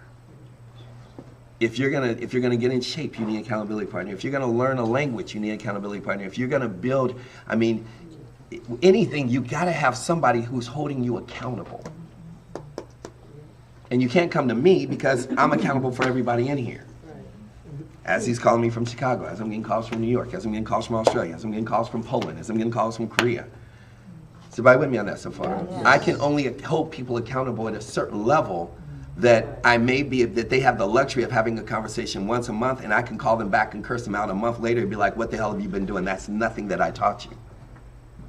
But in developing that relationship, you need somebody that's on a 7-day window of time. You're gonna accomplish something in 7 days. You have to win in 7 days. You do not open up a store and nobody comes into your store and you're still open 3 weeks later and you have no customers and no new business partners. There's no way you would run a store like that. You cannot run a convenience store like that. You couldn't run a restaurant like that. You couldn't run a medical office like that. All the things that you guys do, a school like that, your hairdresser, you got a salon, Dora's got a salon, she's in a salon, nobody sits in that chair for 3 weeks. You can't run that business. That's not a business. That is like, that is hell. You wouldn't even wait 3 weeks. You'd be like, you are not showing up for 6, 7, 8 hours at your office for 3 weeks and nobody shows up. But people come into this business and do that. Why? Because they don't have the value. The next word you need to write down is value. When you master the word value is when you'll master everything about business. Hell, you'll master everything about life. When you value your health, when you value your space, when you value your time, when you value your dollars, your cents. See, if you actually invest everything properly, whatever you're putting, I'm never talking about, you become the investment. You are truly watching your investment, which is you. Everything about you, your time, your energy, the people you let in your space. If you're truly managing that investment properly and it's yielding you results, you don't cry over anything. You don't care about the renewal being $149. You don't care about a ticket costing you $300 to get to San Jose because you can't be there on Friday, so you're going to take a flight early in the morning on a 6 o'clock flight on Saturday and come back on Sunday. When money's not an issue, you don't care if you only can come in on Saturday night and you got to leave on Sunday morning. When money's not an issue, you aren't worried about being able to sit down and take 4 people out to dinner and say, I need to have a real conversation with you. When money's not an issue, you aren't worried about showing up at a presentation and knowing I want to put on a brand new suit because this is my multi-million-dollar business. You just come the way I am, this, you know, I mean, when money is not an issue, you aren't worried about how far you got to drive or how much gas is in the tank. You aren't worried about if I have to fly to Houston just for a day just to show them how serious I am about this business and then be able to sort them and say, now it's on you. I flew in here to Houston, I'm just using Michelle as an example. I flew into Houston for a day. I took a day away from my children. I took a day away from my grandchild. I took a day, and I did it on my own dime, whether I have to get a hotel or not, and I flew back. Now, I did that for there's 30 of y'all in this room. I need to know which 10 of you are going to fly to San Jose, because I don't work for free. I didn't come here. Well, we had a PBR, and we got a team of 20, 25 people, and they all invited, and we all don't have really any guests. See, I didn't fly out here, and Jay will tell you this when I was building Arizona. When I go somewhere, I make it very clear to the individual. Even when I do a PBR here locally, I make the player know very clearly, like what we did for Maxine at her PBR when we came. I make the people in that room know, and you guys heard me when I was talking. I make sure they get a message. The guest, I'm not here for you. I don't care whether you get in or you don't. I'm already in. I know the magic of the opportunity. I know the blessing of the opportunity. I was interviewed on a radio show. They said, what makes this company so special? Fool, I do. What kind of stupid question is that? I am the opportunity. I'm the alpha and the omega. I'm where it starts and it ends. And someone will say, well, you're full of yourself. Even at the PBR, someone said that. Oh, you're real humble. Yeah, without going further, trick. I've known you for 30 years. You're in the same place at the same time, doing the same thing, having the same opinions, and the same one that talks all the same BS to my entire warm market, not having a clue who I am, while I'm trying to bless somebody else. You're cock-blocking on another level, hurting all my people because you got degrees and you're pedigreed up and you all, what? Stay out of my lane. I'm not here for you. I'm here for Maxine. I'm here for the player. When I went to do the PBR for Michelle and Latin people and all there, I didn't go for them. I went for her. When I do something, I come to and sit down with Anne-Marie or anybody else or drive all the way out for Dorothy. I'm not there for the guests. I'm there for the player because my sweat equity investment is in them. And I need them to know that I believe in them so that they can stand one day longer. Once you get past going and hoping people get in. Because if they have guests, God bless America. But in most cases, if I'm too new, 90 days, 30 days less, I really don't know how to coach this person to have the guests in the room. So there's a possibility where they're really excited and they want 25, 30 people, and they only have 5. And if you don't go and really make that person understand, comprehend why you're there and that you're there for them, they feel completely defeated and deflated, and they some never get back on the horse again because they feel like I'm a failure. I can't do this, and it has nothing to do with that. They got to understand it's a process. You just want to be there. When I came to Halima's, I didn't come for anything other. Her guest, great, but I came for her. Her new business partner, I came for her. For Jennifer, it doesn't matter. I come for the people to let them know. Don't quit on me because I'm not going to quit on you. If you quit on me, that's where we fall short. That's where we part. I don't care about your results because you have to learn how to get results. That's what you should write down. I need to learn how to get results. I need results. I need to learn how to get results. I need to learn how to get results. So I want to take a break. I want you guys to do this exercise before you get up. Because we're going to actively make some money. We aren't going to sit in here and do classroom work. We're going to actually make some money today. So there's 3 conversations I said. The first conversation I said was getting people in the business. The second conversation is keeping people in the business, which is for 80% of you, one of your greatest challenges, is keeping people in the business. There's something about whatever you are doing that is not keeping your leaders in the business. Anyone I put my hand on stays in the business. You have to figure out, like for example, it's on one perspective what Rod said, which is right, like Dr. Glenn said, I have 150 and then Dr. Glenn I got 500 people in my business. But look in the room. I don't care how many people are in the business, so if, just use it as an example, if Rod or if Dr. Glenn has the perception that all these people, I don't know who to work with, and I have all these people, and it's just I'm trying to manage everybody. Is everybody with me on that so far? Yes. What if I take on that same mentality and say, sorry, Larry, I got 10,000 people a month coming to my business. I get around to you in 2020. What if I take on that mentality? Because I'm taking on the mentality, he's here. And he keeps coming, he keeps coming, he keeps coming, he keeps coming, he keeps coming. Ernest, keep coming. Preston, help me! Help me! I'm here! You see me? I'm right here! Help me! Michelle is the same way. For one wave, went through her wave, back in that way. Everybody's here doing it, but I mean, who's here? Mike busted his head. I need to hit somebody. And knock somebody out. I gotta make this work. I can't give you some money. You feel me? Oh, okay. I love you, boy. But you guys see what I'm saying? Everybody follow me on that so far, right? So it's a matter of just, my whole thinking is this. Nobody has a team like my team. Nobody has a coaching like I coach. So we're going to figure this out. But it's not going to be easy. And it's not going to be the way many of you guys want it to be. I'm prepared this week to do every night. But everybody's not going to do every night.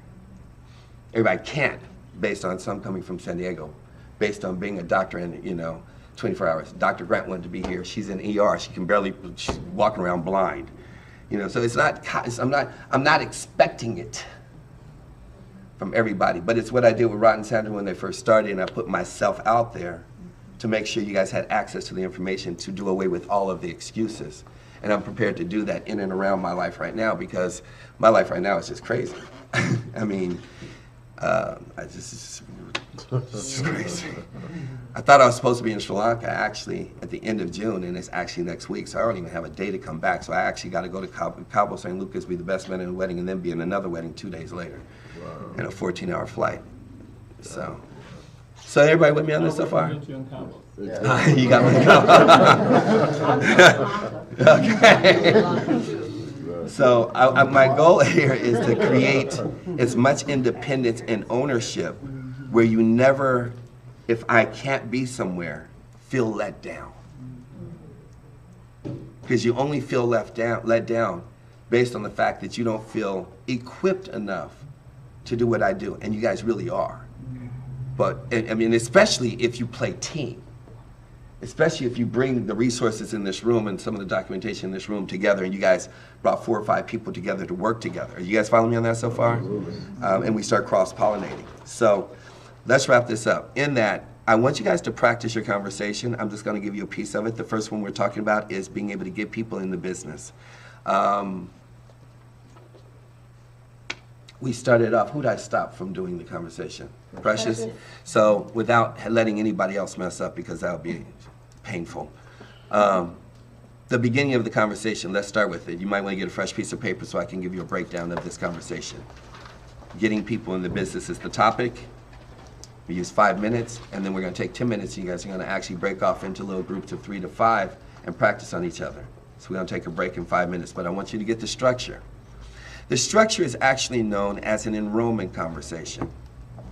In that enrollment conversation, it must be filled with commands. It must be filled with commands and demands. It must be a position being filled for your Fortune 100, 500 company. You must be very descriptive up front about what you're looking for. To many people in network marketing, what they make the mistake of is 90% of them speak from a space of wanting to talk to a person predicated on what they think this person wants to hear. Because they're scared of the backlash of, is it multi-level? Is it a pyramid? Is this that ACN thing? Is it a phone thing? I've been in 3 or 4 of these before. How much does it cost? You know what? When's the next meeting? Well, I don't know if I can make it. So this is all playing in your head. Is everybody following me? It's a bad movie. When you get enough rejection, this is a bad movie playing in your head. You have to rewrite that script. And in that script, you have to now take the power back, not give them the power. Hence, fear of loss. People will do more for what they will lose than what they will gain. My conversation up front, I'm going to use Ms. Frierson, is, Ms. Frierson, I got about 48 hours to fill a position that's going to make 6 figures over the next year at 15 hours a week. And you create your own hours. And I only have time for you to answer, does it fully get your attention? And it's a yes or no answer. That's a command. You guys spending all this time doing one-on-ones or PBRs or presentations explaining the opportunity. Why would I explain to you what I have on my menu and I haven't even identified if you're hungry? I need to know that I have your full undivided attention. It lives and breathes into the conversation of 1 minute on 100 people as opposed to 100 minutes on one. It lives and breathes into the space of the three dynamics of the system saving yourself time, energy, and money. Of back to threes, Father, Son, the Holy Ghost. Back to what am I being? What am I doing? What am I doing? What am I being? Step 1. Step 2, what am I duplicating? What am I duplicating? Step 3, what environment am I creating? What environment am I creating? Step 1, I go to Larry, I say, look, Larry, I got 3 positions, 2 of them are filled. I'm gonna be in front of 20 people over 48 hours. I just need a yes or no. Are you open to making money outside of what you're currently doing? And it entails an extra 6 figures over the next 12 months. It's a yes or no. What is it? Don't ask me. I'm actually putting that. I'm putting that there. I need to reach, and that's what I'm talking to him. See, you guys are getting him to come to the PBRs. First of all, the biggest mistake, I want this on the recording, the biggest mistake people are doing is trying to get everybody to come to a Tuesday night briefing. Stop. Stop it. Just stop it. Stop doing that. You're killing all of your warm market, and your team is duplicating. Because whatever you do, your team's going to duplicate. So if you're inviting people to the BOM, Business Opportunity Meeting, on Tuesday night, or wherever your meeting is, you're killing your business. Is anybody understanding that? Yes. And so because you're doing it, that's what they're doing. Your best opportunity would be a PBR. That's the first stop they should come to. But if you have someone like Marty, if you have somebody like Michelle, if you have somebody like Halima, if you have somebody like Mike Bennett, if you have somebody like Ernest, if you have somebody like Queen, you've already gone through the majority of your warm market, or at least your warm market that you would want on your team. They already know what you're doing in some capacity. Then you better learn how to make at least, I would say, honestly, your worst case scenario, the weakest, I'm talking about as far as what Dr. Maxey was talking about, is time. The lowest diet to make any money in this business is 5 exposures a day. Yeah, I know you guys have heard, everybody else from, I don't know, Aaron to anybody else, or Franco say 3. That's a crock. You cannot make no money talking to 3 people a day. I need you to understand that you would be able to make $100,000 a year if you contacted and you exposed the business to 5 people a day.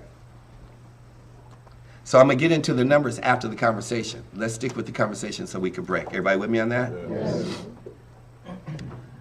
How you doing, Larry? Great. Excellent. Larry, I'm in a rush.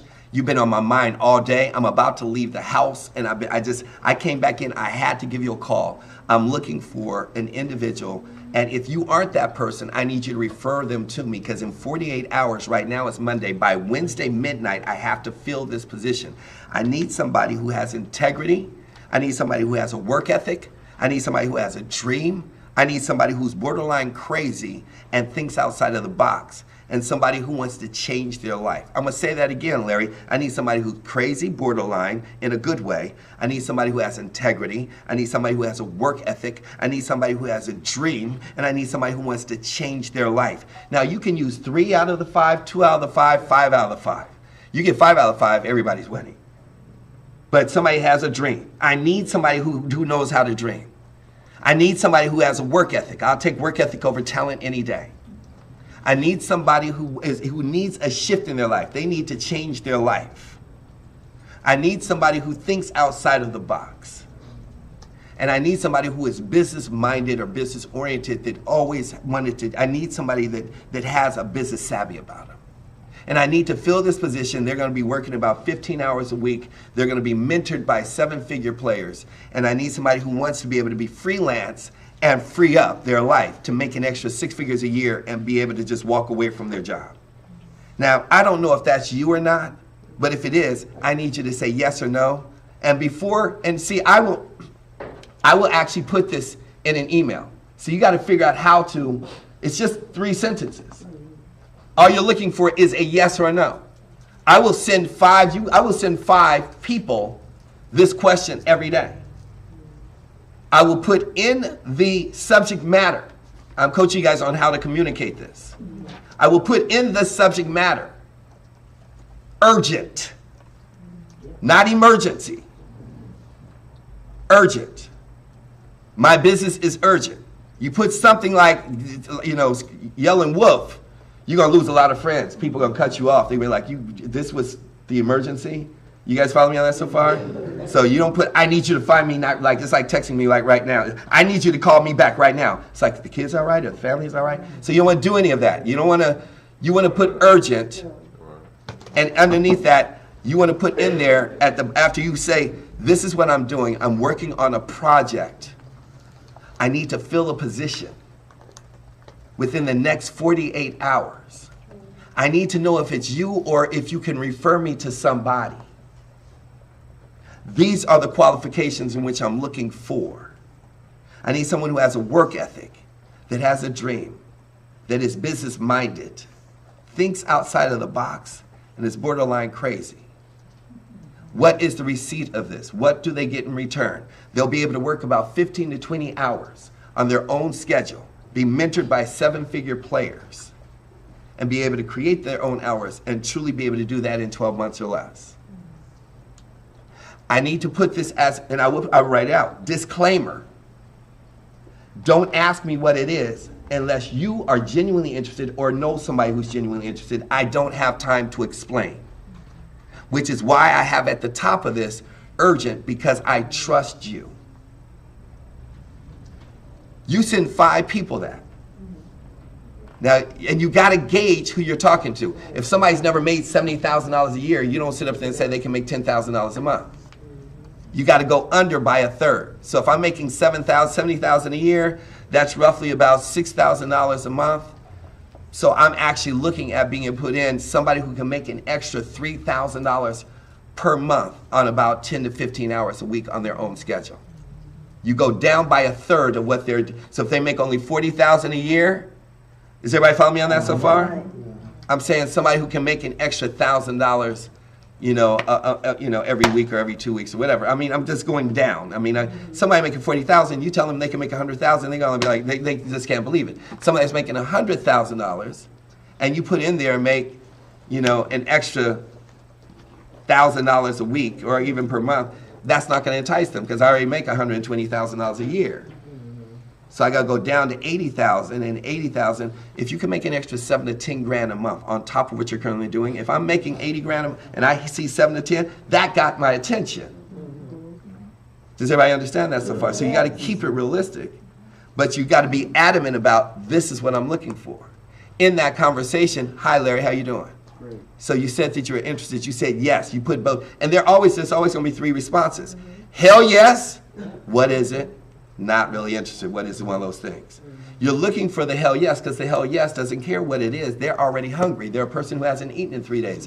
You did 5 a day. 5 a day gives you 25 a week. 25 in 1 month gives you 100 in 1 month. In 1 month, you're always going to close literally out of this business of 3 people that see it, 1 out of 3 that will get in. You don't know when they're going to get in. So you're looking at if 100 people saw it, 30 people want to get in. Out of that 30, 10 will emphatically get in. Out of 10 people, you're looking at least 3 will do exactly what you did.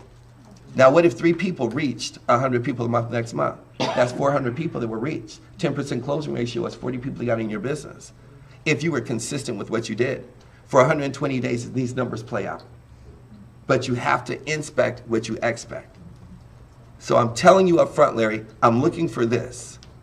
I need this. I'm telling you the ingredients and content of what I'm looking for. I'm also putting a timeline on there's a deadline on what I'm looking for.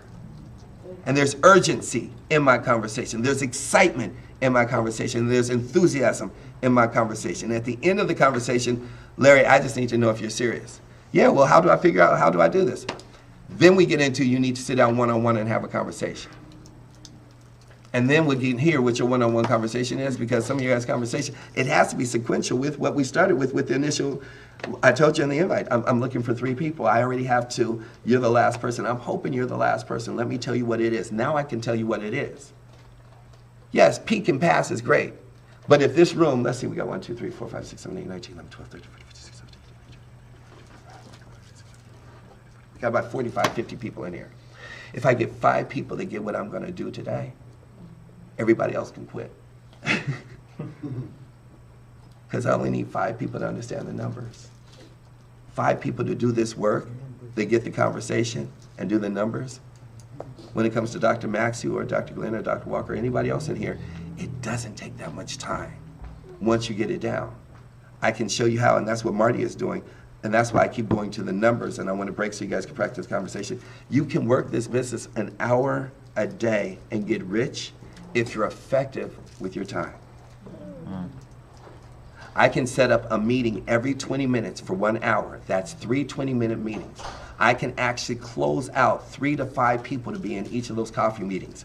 My conversation only has to be 15 minutes long. If you master the 15-minute conversation, I'm actually done in 10, only leaving 5 minutes if you have some questions. I still got 5 minutes to get you out of the seat as I'm sitting at Starbucks or at Overland Cafe or at the Hotel Nico or the Sofitel. And I'm sitting in that hotel. I got 4 people sitting here because I closed 4 people on Sunday to sit down on Monday. I got 4 people here at 6 o'clock. 6:15, you're out the seat. I got 4 more people waiting. It's like, oh, what, y'all thought that I was just sitting down with y'all today? No, come on in. I hope you enjoyed your coffee. You gotta go. I got 4 more. I told you I'm gonna sit down in front. Now you already have the information. You got 24 hours to let me know if you're serious. You create your own fear of loss because now they know. See, if you just have 4 people sitting here for a one-on-one, you could be there for an hour. Your best friend gonna come, your sister, somebody else. But I got a lot of questions. Look, you got a lot of questions. You can sit over here to the side and hear this conversation again. But I got 4 people. I told you I need to fill this position within 48 hours. And if you played the game right, if you played the accountability right, you could have Randall running 25-25 and have someone like Inga and Precious inviting people in, waiting at the front door in Beverly Hills. There's so many places you can have a place and a sit down. That's what I love about LA. You could be in Cheddar's in Santa Monica. You could be at the Wyndham in Beverly Hills. I mean, there's so many plush places where you could just sit down and set up shop and play this game. You don't need an old lavish office. You don't need a big crib. You don't need to have a home like Rod and Sandra's. You don't need to have, you could live in a car, but you could live in your car and play this game. I have. It's off the chain. And I can sit up there and I can have these 2 women and Precious coming and saying, hi, you're Dr. Walker? Yes, I am actually the executive assistant for Dwayne and for Randall. Dwayne is actually busy with somebody right now, but Randall will see you. This is for the 25 and 25 crew. You have to be 29 or under. You're actually being prepped and vetted to see if you're up to the aptitude of being a part of 7-figure players under the age of 29. Let me take you in. I need you to fill out this survey real quick. Thank you. Now, Mr. Maxey will see you. I got a 25-year-old running this game. I can have 2 women. I can have Dr. Walker. Dr. Walker's help running it. Do you know who you just met? No. Do you know who you just met? I can play this game all day long and setting up appointments if I got the right crew. I can prep Jamila and I can prep Michelle and have them doing it just for me, and they go out there and it's like, do you know who you're about to meet? That's the secret millionaire. If he likes you, you're only going to get a 5-minute conversation. I need to fill out this survey. I can play at another level, but you can still play because I played this game when I was a team trainer. And guess what? If Randall is actually doing the interviews and I trained Dwayne and Randall to do the 25-25 crew, and these 2 actually are doing it, they can do this all day long as a female because it's just part of the game. Well, what if Randall and Dwayne are doing all the interviews? They're going to split them because we got about 200 people that went through. I can set up 10, 15 people. You could counsel 2 days a week and be able to push 20, 30 people through. You think I wouldn't fund that? You don't think I wouldn't get an executive office up in Beverly Hills and be able to drop $1,000 for a day for you guys to be able to play this game? For if I had somebody who wants to step up to this game, money is not an issue for me. And for half the people in this room, it's really not an issue. We want better lives. But you got Dr. Glenn, you got other people who will invest in each other for women's empowerment. You guys keep doing that. We could do this all day long. Nobody came and said, let me sit down and consult with you and let me put together this whole program and let's do this. When you guys start coming to me, then I'll get behind you. But until you are behind me, keep doing what you're doing. Because you haven't learned how to brand it in a way in which the sky lights up and everybody draws. That's what I did. This was 20 years before ACN. I'm the best in the world at what I do. Can't nobody do that. Y'all want to put together an event? Y'all should have a conversation with me. That's what I do. I love you guys independently attempting to do it on your own, but guess what? The Jews ain't doing it on their own. The Koreans ain't doing it on their own. The Japanese aren't doing it on their own. So why the hell do we gotta keep living into this debt? This masochist debt of a mentality. My great people like the doctors over here, my young ones over here, my entrepreneurs over here, we're so separated even right here. This is about bringing it together. This is about closing the gap.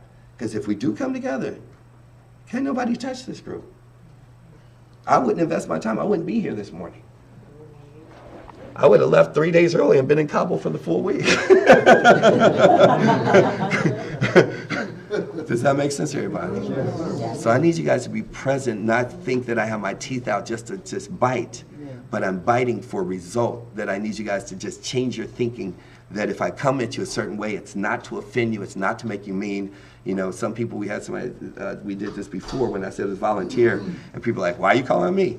You don't want me to call on you, don't ever come down. Just like I said, I'm gonna be so hardcore and walking a line. I never will call on you again. In fact, I'm gonna call you to leave my presence if you don't want me coaching you. You don't ever have to be in a room. We don't have to be in the same room. We don't even have to know each other. Because if you're in my room, we're calling this until it's your room. I need somebody who wants to replace it. You want your own room? Go get your own room. Here, my job is to create a certain stigma, a certain air, that when people come in, they just meet her. It's like, I just want to, and then she introduced her, I just want to, and she meets her, and she meets him, and she meets him, and it's like, people are like, I don't know what the hell y'all doing, I just want to be in. Mm-hmm. See, that's what people, you know what, we got to get from people walking in, being curious, to people walking and being like, I am curious, but I'm in, because we get in based on how we feel. Right. We have to create a specific feeling. And the only way that everyone in here is going to create that feeling is the level of your aptitude of confidence in knowing the business. Did that make sense? Everybody follow me on that so far? Your level of aptitude. Because see, when you know that you know that you know that you know, you don't really have too many stupid conversations with people who don't know. It's like, what are we talking about? It's like, you were so much cuter when you kept your mouth closed. How many people know that conversation? Right? It's like, you just don't talk.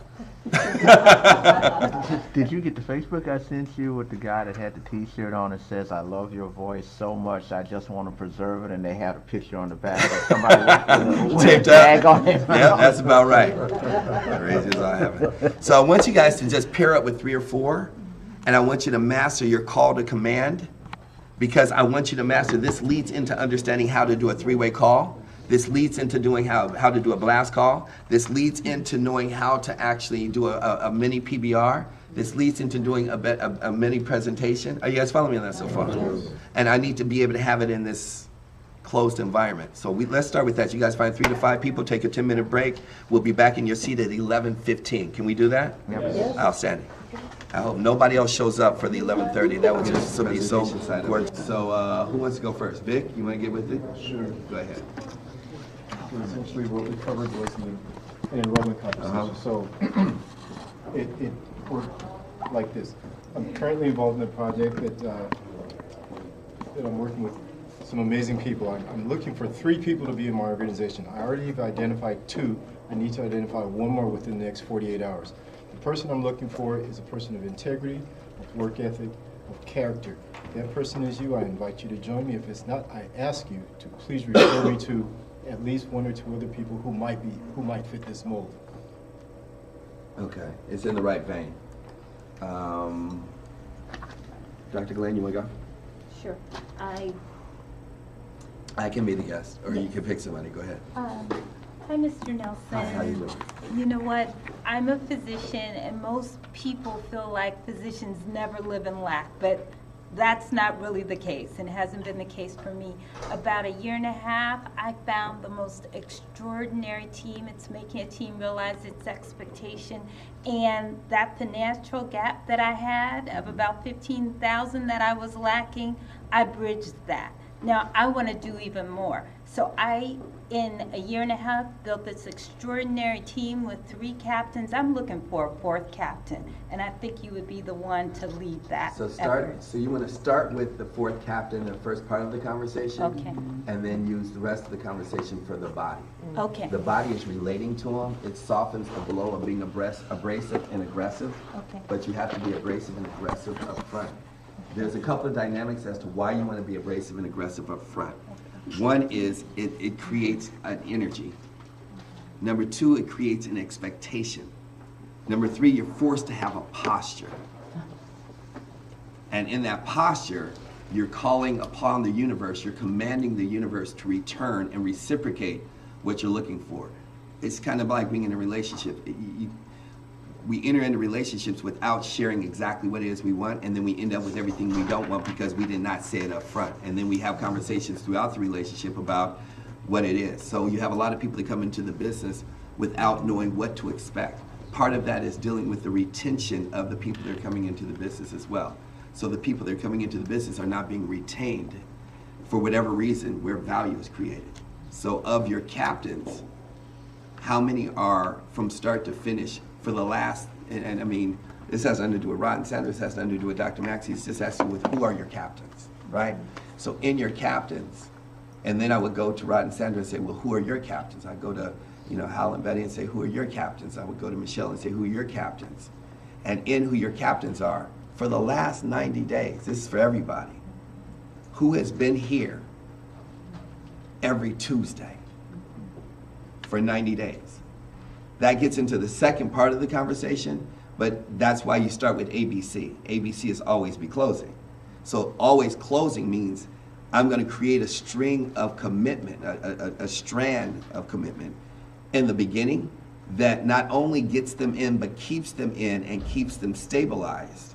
When we first engage, how many times did I pull on you and say, are you here? Well, I got to run to the million. Okay, when is this going to be your allocated time?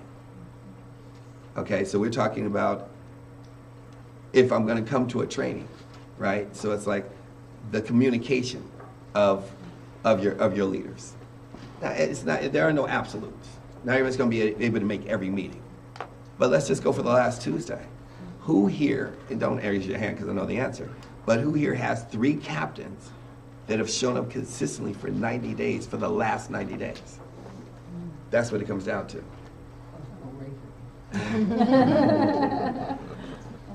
Every time, I mean, like they have not missed one Tuesday. No. Nobody has. That's because their main captain is Michelle. Michelle's main captain is Wendy. Your main captain is them. That's one captain. Yeah. Okay? Where's Dr. Maxey and Randall? 3 captains consistently for 90 days. Who's your crew? We about to play an Olympic basketball. We're about to play an NBA championship game. Who's your crew? I know who I can count on in here as an individual, but I mean, do you have a crew that's like, you know what, if we don't even like the environment, we go create another one, it's gonna blow up. Not, if we don't like the environment, we're gonna leave and we don't see you no more.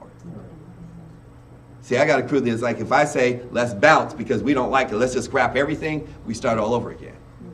And before you can get that crew, you have to be that person. And many of you are that person, but what's lacking in building your crew is the conversation, the communication, and the integrity of that conversation, the command of that conversation, the enrollment of that conversation for each person. And it's okay, because there's people who are going to be really strong that come into your business that aren't, for whatever reasons, able to commit at that level. And if that's the case, then what you guys all need to be clear about is they aren't part of your crew. You need a new crew. So there's going to be people that hit ETT, people that hit ETL, people that hit team coordinating, people that hit RD, people that hit RVP, that are going to go AWOL at some point, meaning they're going to have their own ideas, they're going to have to fall down, they're going to have to make mistakes, life is going to get in the way, all that. But you need to figure out, who's my crew? Who is my left ventricle and my right? Who can't I breathe with if they just, they aren't going to show? You see what I'm saying? It's like, If I call Vic, I need to know. If I call Robbie, I need to know. If Elijah, it's like, and everybody has their different starting points. Some people, once they engage, like Dr. Walker, they engage from day one. People like yourself, it took you 3 to 4 to 5 months before you engaged. Elijah had to go through a year plus of whatever he had to go through before he engaged. Whatever the reasons are, some are business, some are personal. Some are gonna come and go and come back stronger because they're like, okay, and that would be a Michelle. And I can use everybody. And it could be business-wise with Dr. Harris or Dr. Grant. Because as any, so, but how do you get them to become crews is you built underneath them. You found a crew underneath the crew. You know that if they step up, they can be a 5-star leader. But until they see the value for themselves, to do it for themselves, I need still somebody to man that multi-million-dollar hotel. Is this making sense to you guys? Yes. Somebody had to, yes, babe. How do you address that fourth person as Dr. Lynn was speaking? She had her 3 captains, and you said emphasize the 4th captain. How do you initiate that address to that 4th captain?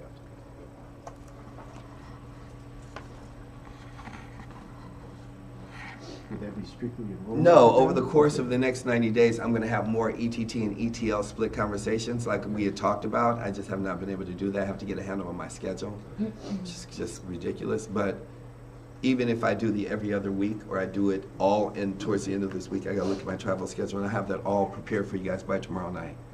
So we aren't going to be here longer than an hour. I just want to get the ball rolling. I want you guys to get this in bite sizes so you can digest each piece. Otherwise, it'll be overwhelming and the retention rate is not going to be there. So that's what I'm saying. As much as I am here, I'm going to make sure I keep going. My first question to you in that would be, who are my first 3 generals? Because I don't need to have that conversation with you if I don't have 3. You see what I'm saying? I am going to teach that because you can knock that out in the first week or first month whenever you decide. I'm hoping that's this week to get ETT at least 2 out. But the key is not getting people in the business, is finding out who's going to be your 5-year generals. So that's where it comes down to your conversation of enrollment and closing in the initial conversation, getting people in the business. So get me in the business. Can I do more personal? 100%. Hey Byron, what are you doing? Sitting down having coffee with you. Oh really? I'm not gonna hold you up really quick. I'm on my way out the door. I wanted to give you a little update. I'm working on this project and I really need to fill, I have 3 positions that I'm filling. I already have 2 candidates for one. I'm looking for that 3rd position. I have to fill it in 48 hours. I just really need a yes or no from you right now, but I'm looking for someone, a person with integrity, work ethic, crazy drive and dream. You have, it has the ability to... So you have the content. Let's go back. You're going to have to play with this for a while. That's why it's a starting process. Tell me your name again there. Amber. So Amber, we've been friends for a long time. Yes. And I invited you to have coffee because I need one person who wants to go over the other side of money and needs to make some serious money and needs to make it yesterday. My first question to you is that you? Yes. Before I get into all the rest of I need 3 or 4 or this and the other, I'm going to be specific to you. I need one person today. Now, ultimately on my board of directors, I need 3. I already have 2 tentatively filled. But today, between now and midnight on Tuesday night, tomorrow, I need one person. In fact, I need one person before 7 o'clock tomorrow. My encouragement in coaching in this game is for you guys to have this conversation for the next 24 hours, 36 hours. And my goal is to see that you guys, that this conversation, I will know if this training is effective. I'm no longer just sitting here spewing out information. If you notice, I'm keeping it to a minimum of 12:30. We don't need to be here all day. Because if you can't get one lesson, the other 5 lessons I'm giving you is like water on a rock. Nothing's being retained. So I will know if this conversation is effective, predicated on each one of you having 3 guests there tomorrow. And not only am I asking of you, but I'm going to be the example and have 3 guests there myself. So everything I'm sharing and teaching is so that we can get a result. Every day, there has to be results. Not next week. So you'll know if Dr. Walker has 3 people there, or if Vic has 5 people there, or if Halima has nobody there, you're gonna know who got on the court, because it's impossible to take this conversation that I'm sharing and teach you guys and not have the results. If I'm putting it in your head, just one bite at a time, because you get one bite, you're gonna get 3 bites. But we don't wanna go a month and you're still hungry. Does that make sense? Everybody follow me on that so far? In that, what I'm sharing is I'm commanding and saying, look, Amber, I just have a serious question for you. I mean, I don't have that much time.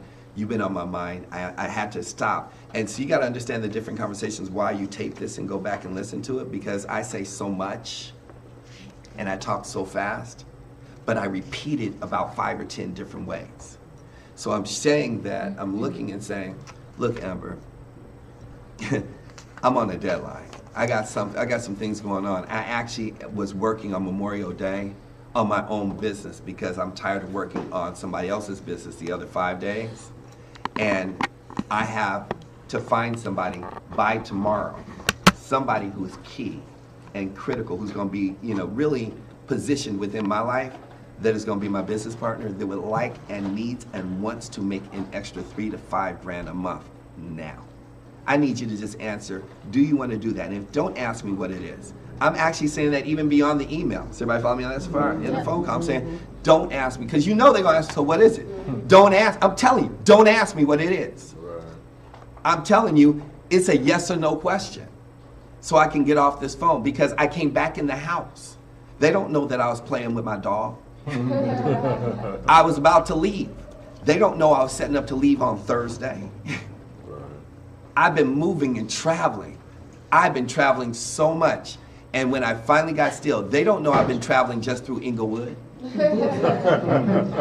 I got to play on words that you have no idea.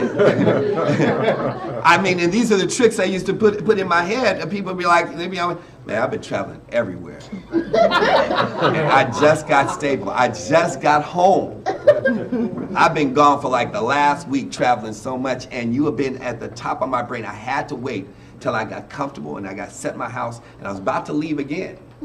But I stopped because I was thinking about you. See, these things make a difference in who you're talking to, as opposed to you just picking up the phone and having all the time in the world and you feeling uncomfortable about, well, are you open? Are you interested? And then getting blocked with, well, what is it?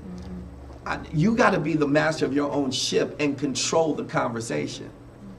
Look, I'm just asking you if you're hungry. Don't ask me what's to eat if you aren't hungry. Now, if you're hungry, I'm going to tell you what I got on my menu. But right now, I got to get in and off this phone because I already told you I was on my way out the door. So if you aren't the one, us, Amber, being friends for 10 years, I have a simple question. Are you open to making money outside of what you're doing? Do you need to make an extra 3 to 5 grand a month? That's a yes or no question.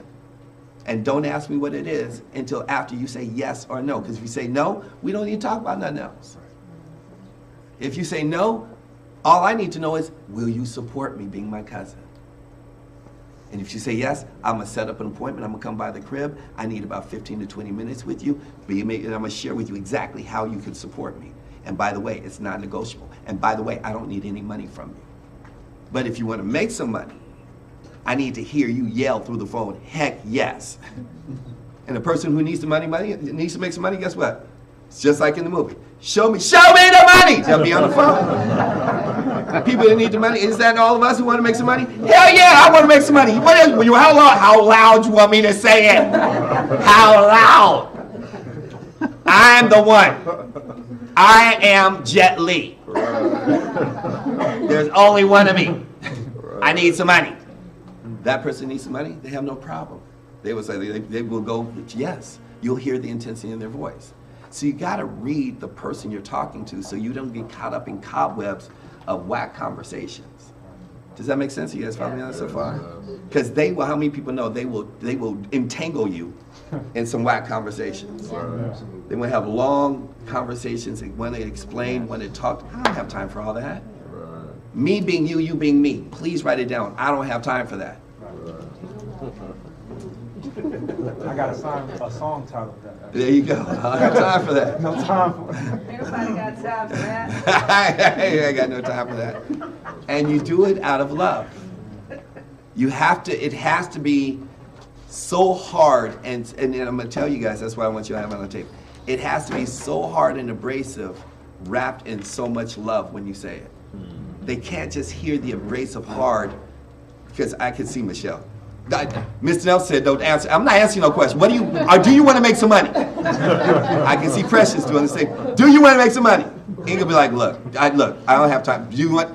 No, you got to wrap it just enough where it's enough sternness. It's like, look, yeah, just a little sugar, just enough sugar to say, I'm not here playing with you. I love you so much, I picked up the phone to call you. I have so much respect for you, which is why we're talking. I've looked up to you my whole life in so many ways, and you know what? And see, that's why when you're talking to somebody, when getting a customer or getting a prospect, it could be cold or warm. It's one of the universal laws you guys all need to master, and you can write this down. Always lead with a compliment. Always lead with a compliment. I could see a brother at a gas station and be like, hey Mike, I buy so much Puma, I love that. Where'd you get that gear at?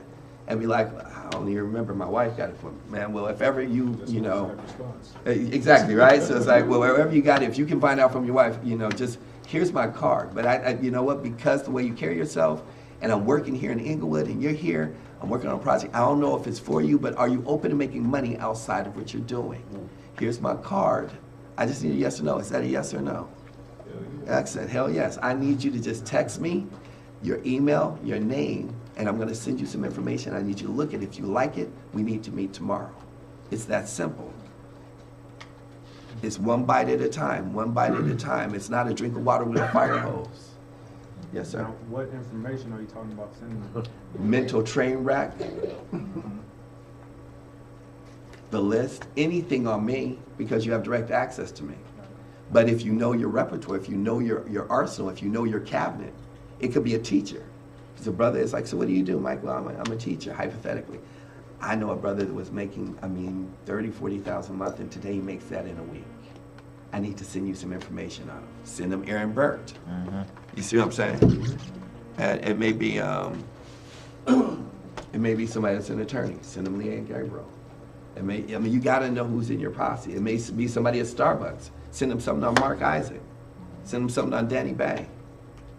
It could be somebody who's scared of their own shadow, but they know everybody. Send them Martin Sluto. There's somebody for everybody. Is that making sense? Yes. There's always somebody in the arsenal as you're making sense of that. So what I want to do is I want to give you an idea of doing a presentation, because from your enrollment conversation of getting them in the business, next you need to be great at doing a presentation, because your first goal is to get them to a presentation, being a PBR. Your second goal is, if there is not a PBR available, then you need to get them to a one-on-one. And your third goal is, if there's not, if there's a BOM available, like tomorrow there's a BOM, right? Then get them to the BOM. So I'm gonna go through the process again. Your first goal is to get them to a PBR. Prayerfully your own, but if not, somebody else is in here. Your second goal is, if a PBR is not available, listen to the instructions, if a PBR is not available within 48 hours, then you do a one-on-one.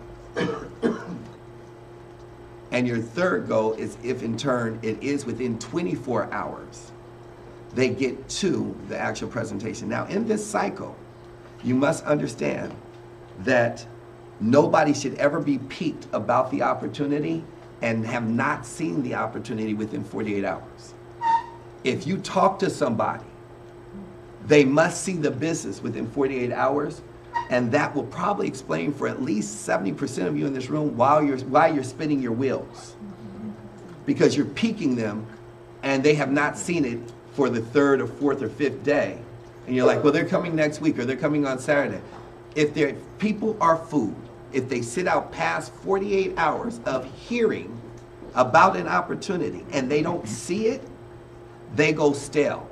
They start to think of their own ideas, they come up with their own interpretations, the excitement is down, the attack or the element of surprise is gone. Are you guys following me on that so far? Yes. I'm gonna give you a prime example. So, role play with me on this. So, and your answer is no. So, I'm in a club. I see Michelle. She's attractive. I'm looking at her. My 3 boys over here looking at her. We all looking at her. She's there with 3 of her girls. They're at the bar. So I'm like,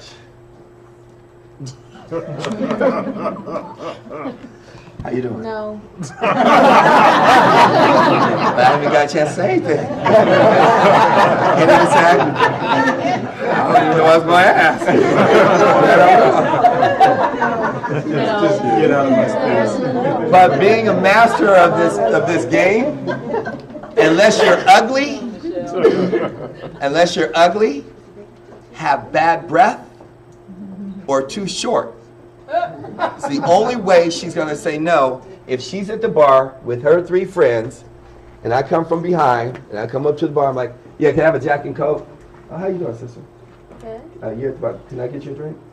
Absolutely. I'll send. She's going to say yes 99 out of 100 times.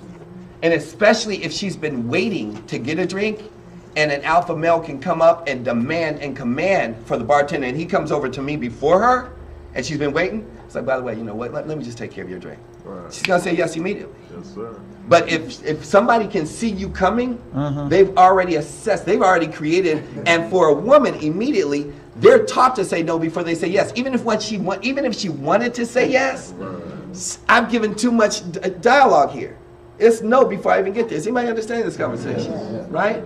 So the whole thing, the whole cast of being able to do this business is the same thing. In being able to present the opportunity, if I ask somebody if they're open to making money and they say yes, and you wait past 48 hours, it's like that right there. You've telegraphed everything. She's now looking, and even if she went, her friends are already, because she may be the finest one amongst her friends. Everybody with me on that so far?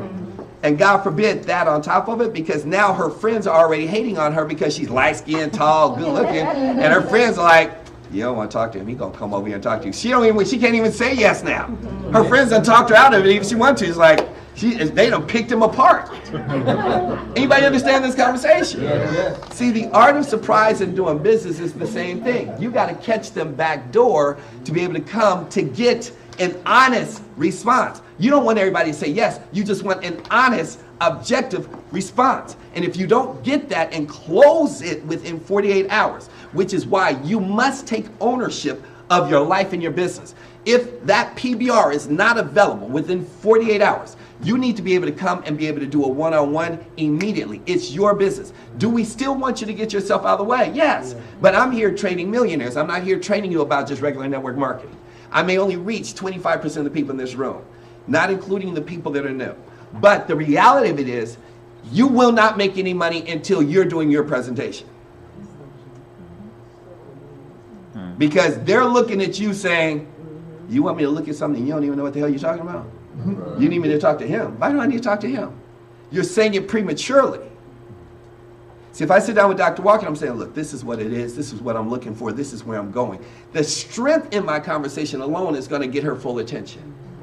I may not, well, I got some questions. I have some answers. I may not have them myself, but I'm going to get somebody to answer your questions because I've only been in for 7 days. But I'm telling you, once I get these answers for you, only being in 7, I'm putting together a Gotti team of about 4 people. I need you on my team. So I need you to get the answers. And if I get you the answers, can you make a decision that you'll be with me if they're all the right answers? See, I'm still closing. I don't mind people asking me questions, and I don't want you to be ambiguous and vague. I don't want you to sit up there and act like you don't know. Tell them, I don't know the answer to those questions. I'll get you the answer to those questions, but there's a prerequisite. There's a qualification here. If I go out of my way to get you this information, do I have a player in you? Can you and I join forces? Because I need 12 disciples. And right now, there's just me, and I know my name ain't Jesus. So if he had a squadron, I need a squadron, and I don't even need 12. I just need 3. And I'll build on that 3. But that has to be your conversation. Is this making sense? Yes. Excellent. Let's roll this up. Is it up? Presentation. Real simple. Now I have to here's one of the biggest problems, so that you guys have this on tape. I went to Dr. Walker, Hal and Betty Walker. I piqued their interest. Many of you have people that you're sharing the business with and they aren't showing up. Yes or yes? Yes. Okay. Tamara lives in Long Beach. I just had an amazing conversation with Tamara about the business. She's fully enrolled. She loves it. How many people have somebody love it and then they flake on you? Culver City, Long Beach.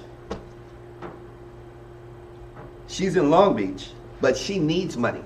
See, you misinterpreted true intention of business partner for desperation for a true business partner of intention. Many of you are misinterpreting desperation for true intention of being business partner. Most of you are talking to people who need an opportunity. I only want somebody who wants an opportunity and has the need, but not the need first.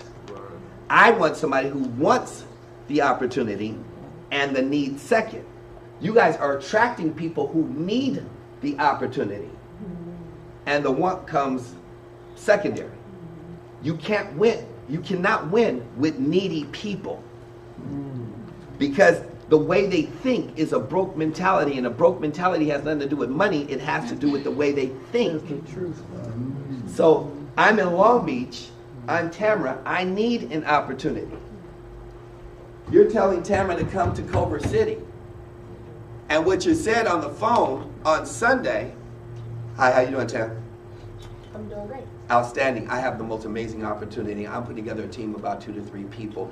You are at the top of my list. I just have a very simple question. Are you open to making money outside of what you're doing? Definitely. Most definitely. I know I just know your drive and what you've been doing, this, that, and the other. You're the beast. I mean, and this Sunday, but can we meet on Tuesday at 7 o'clock? 7? I need you to be there. Just say yes. Yes? Yes. Yes. She hesitated. That's a sign. When people hesitate, I'll take a screwdriver and go in. I mean, I'm going to turn it. You need to be able to read a person's conversation. They'll be like, yeah, yeah, yeah. And you'll be happy because they say yes. See, I'm not going to stop there. I'm going to have a further conversation. Tamara, I heard you hesitate. Yeah, the thing is, I share a car. Before you even tell me all that, just the fact that you share a car, you need to be at the meeting on Tuesday. Yeah, I'm going to tell you, I got some people who I need you to meet. And I don't want to jeopardize my relationship and the respect of people that are, I mean, they're working a 7-figure business because I can't tell them you don't have a car.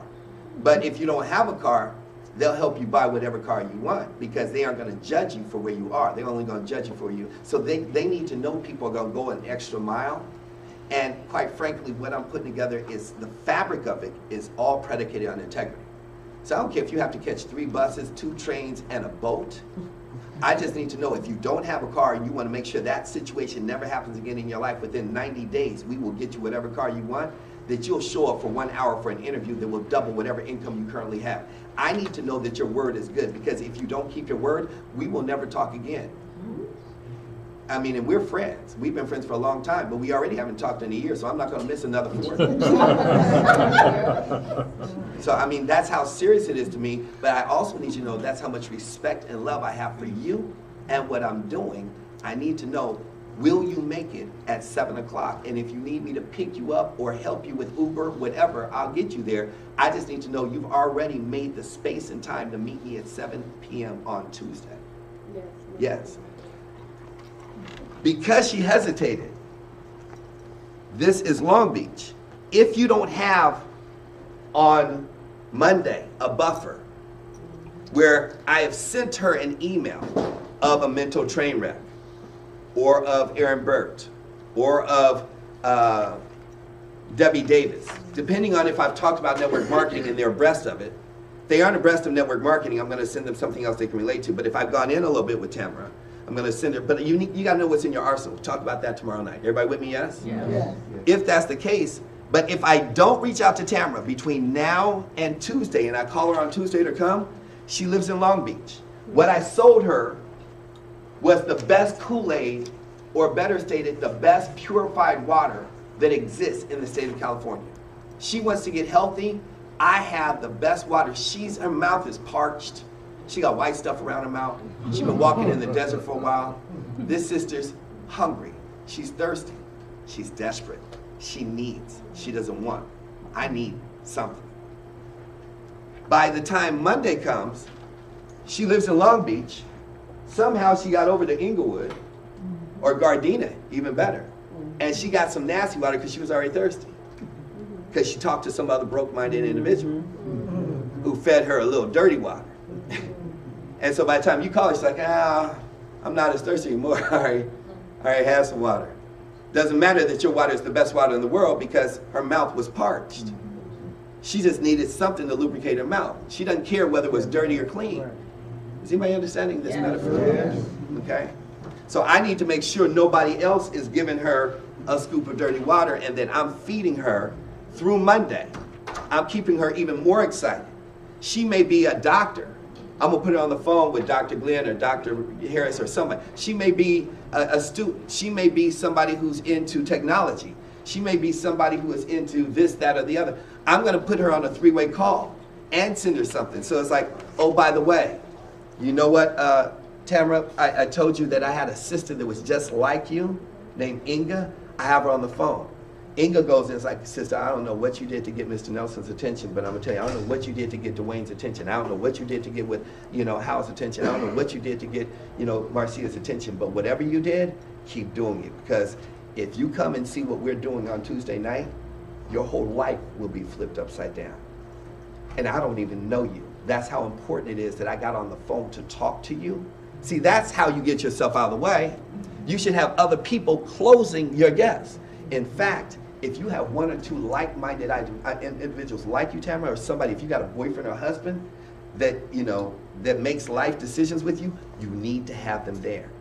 And let whoever it is that's inviting you, you need to let, Miss Johnson know so she can save you 2 VIP seats, because it's a very intimate environment and it's a sold out environment, and we need to make arrangements for you and your husband. That's how you get 2 for 1. Is that making sense? You guys follow me on this so far? I'm still closing. ABC, always be closing. That's what you're doing in leveraging your conversation to make sure that you're driving home. I'm not giving her a chance. You guys give people a chance to talk back to you. Well, I can't make. How many people have heard people, and they'll call you back up on the phone. It's like, I know you calling me. Before you even think about flaking, let me tell you where I am with this conversation. Yeah. And that's exactly where I am. Somebody calls me back and it's like, see, you just don't know what you don't know. We need to have another conversation. Because you may not be who I'm looking for, because you may not have the urgency that I'm looking for. I need somebody who wants, needs, has a desire to change their life yesterday. You might have a lot and too much going on for what I have on the table, because you don't accidentally make 6 figures and you don't accidentally get a 7-figure guy to mentor you. Does that make sense? Everybody found that so far? So watch this here. You got me on the clicker? You can look at your timer and your watch so you understand the presentation. Somebody give me a clock and say start. You got it, Robert? Yes? Yes. Tammy, right?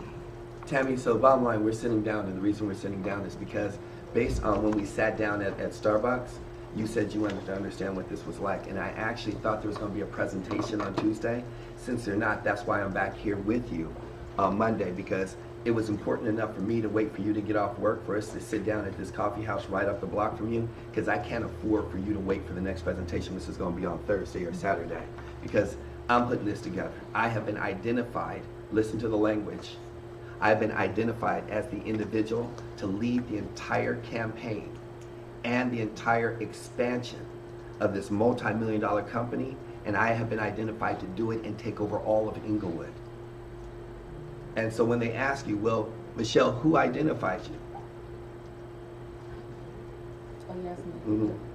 the leadership. No, I did, because I called myself to that identification, just in case you have any questions about who identified me to take over Inglewood. I did. Because there's nobody else in Inglewood that's going to do what I'm going to do. There's nobody else in Inglewood that's going to support you the way I'm going to support you. There's nobody else in Inglewood that's as committed as I am to have already seen the success that this opportunity and this project has generated, more specifically for people of color, to have an opportunity to make 6 figures a year, let alone 6 figures a month. I need somebody who has to, needs to, and wants to add an extra 5 to 10 grand to their pocket, but who has a commitment level, not to me or the business, but to themselves, to make that happen yesterday, prayed for it, looked for it, and wanted it. That's what I'm looking for. Because if you didn't pray for it, you probably aren't somebody who I'm looking for. I need somebody who truly went the next level, not just it's a great idea. That's what I'm looking for. So I have been identified, but I don't say all that. I'm sharing with you what my attitude is and what my mindset is and what my conversation is. Before I sit down, I identified myself. I need you to know that I have been identified as the individual to take a company that's in 24 countries, on 4 continents, that has created more success for any network marketing company in history, for more minorities than any other company in the history of network marketing. And they just identified me, the persons in the mirror, my board of directors, everybody that lives in my head. That's what I'm saying inside. I have just been identified to expand this entire marketplace and change the lives of millions. But I'm gonna start right here in Inglewood, and I only need 2 to 3 people who wanna roll with me. So I want you to see this opportunity, and I just want you to look at it from an open mind. Now I need you to see it for something greater than network marketing. Because the reason why I do this is for my family, my children, changing the course of my entire family tree. And too many of us will have a perception about the pyramid, the Ponzi. It can't be a pyramid after 20 years and millions of dollars being generated. So I just need you to I want to give you enough information. Listen to the language. I want to give you enough information. Write it down. I want to give you enough information. I want you to give you enough information to just be able to make a conscious business decision. When I'm doing a presentation, my point is I want to give you enough information to just make a conscious business decision. I don't need your money. I need what? Always be. So in the beginning of my presentation, I'm asking for a decision. Before you see me tomorrow night in front of the presentation, I'm going to ask everybody in the room for a decision. With new people that are in this room, I'm asking them for a decision. Whenever I talk to somebody, I need a decision. That's all the freak I need. That's all I need. God says, do you want to be saved? Don't you want to be saved? He's not going to talk to you if you don't want to be saved. You want to have a convincing conversation like God isn't real and God is talking to you. So you're going to have to wait until your life is in the balance before you come back and say, God, you know what? If you are real, because that's what happens when people don't believe. Right. They want to go back after it's late and they're already losing something and say, God, you know, I don't even know if there is a God, but if there is one, could you go? I came and talked to you several times before now. I will never forsake you. I'm still here, but I just need you to remember you in a line now, because the ones who believed in me first, they have to get first dibs. Is this making sense? Yes. Huh?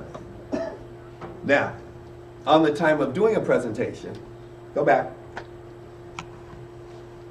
My company has been around since 1993. Why is that powerful? Because 95% of all businesses fail within the first 12 months. My company has now been around for over 20 years. Since 1993, we're now into our 22nd, going into our 23rd year.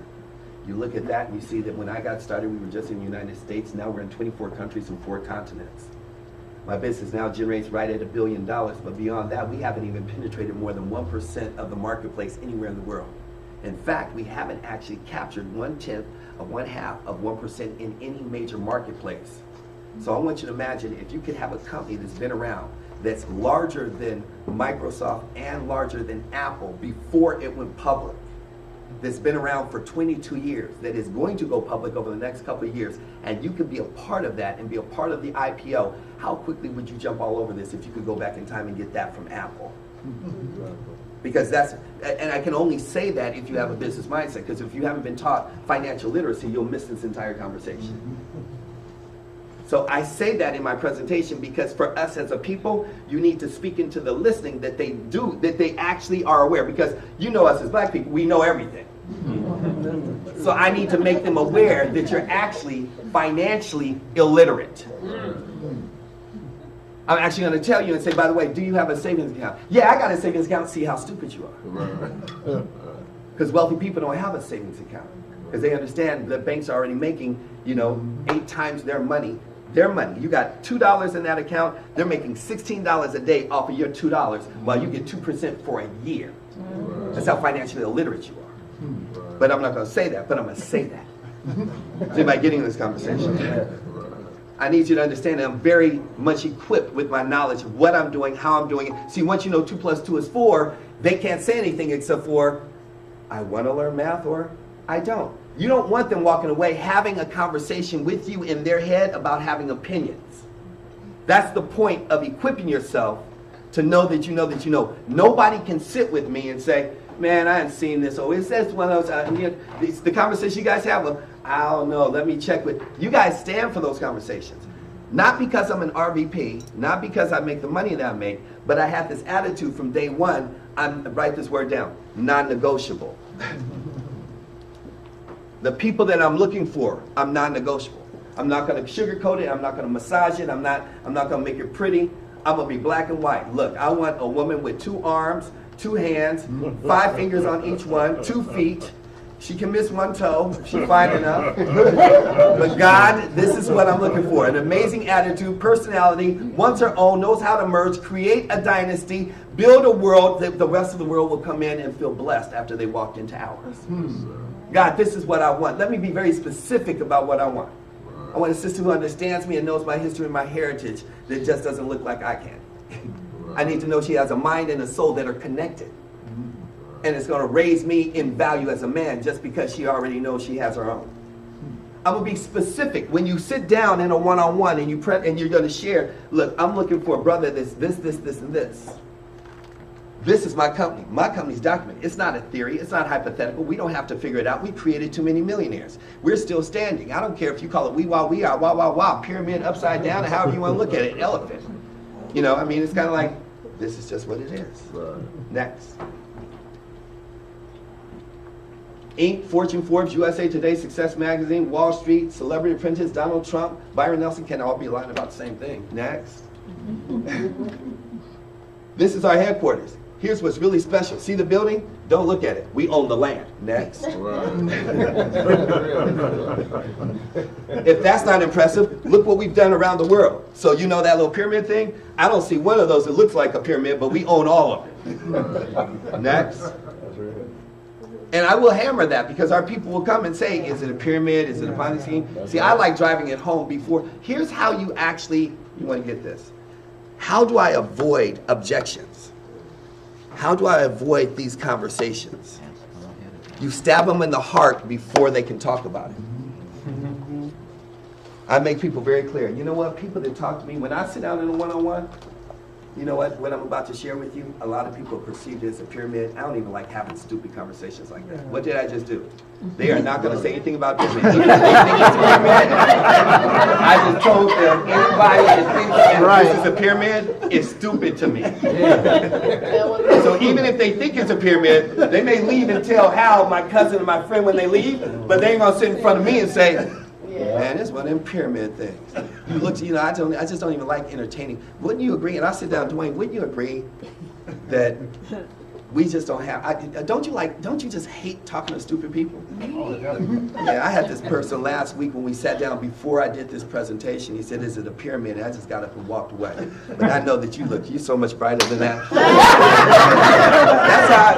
This is what I do. You have to get great at countering a problem. These are little things. These are the little notches that change the entire trajectory of your conversation and presentation. Is that I'm crushing it before it comes out of it. Because I already know it's in his head. All right, I'm sitting down about to look at one of these MLM pyramid things, and he's going to want money. I sit down and see, I hate stupid people that think that, I mean, could somebody, I'll go back and I'll say, Dwayne, I was with somebody last week, and they asked me, why do I have to pay $499?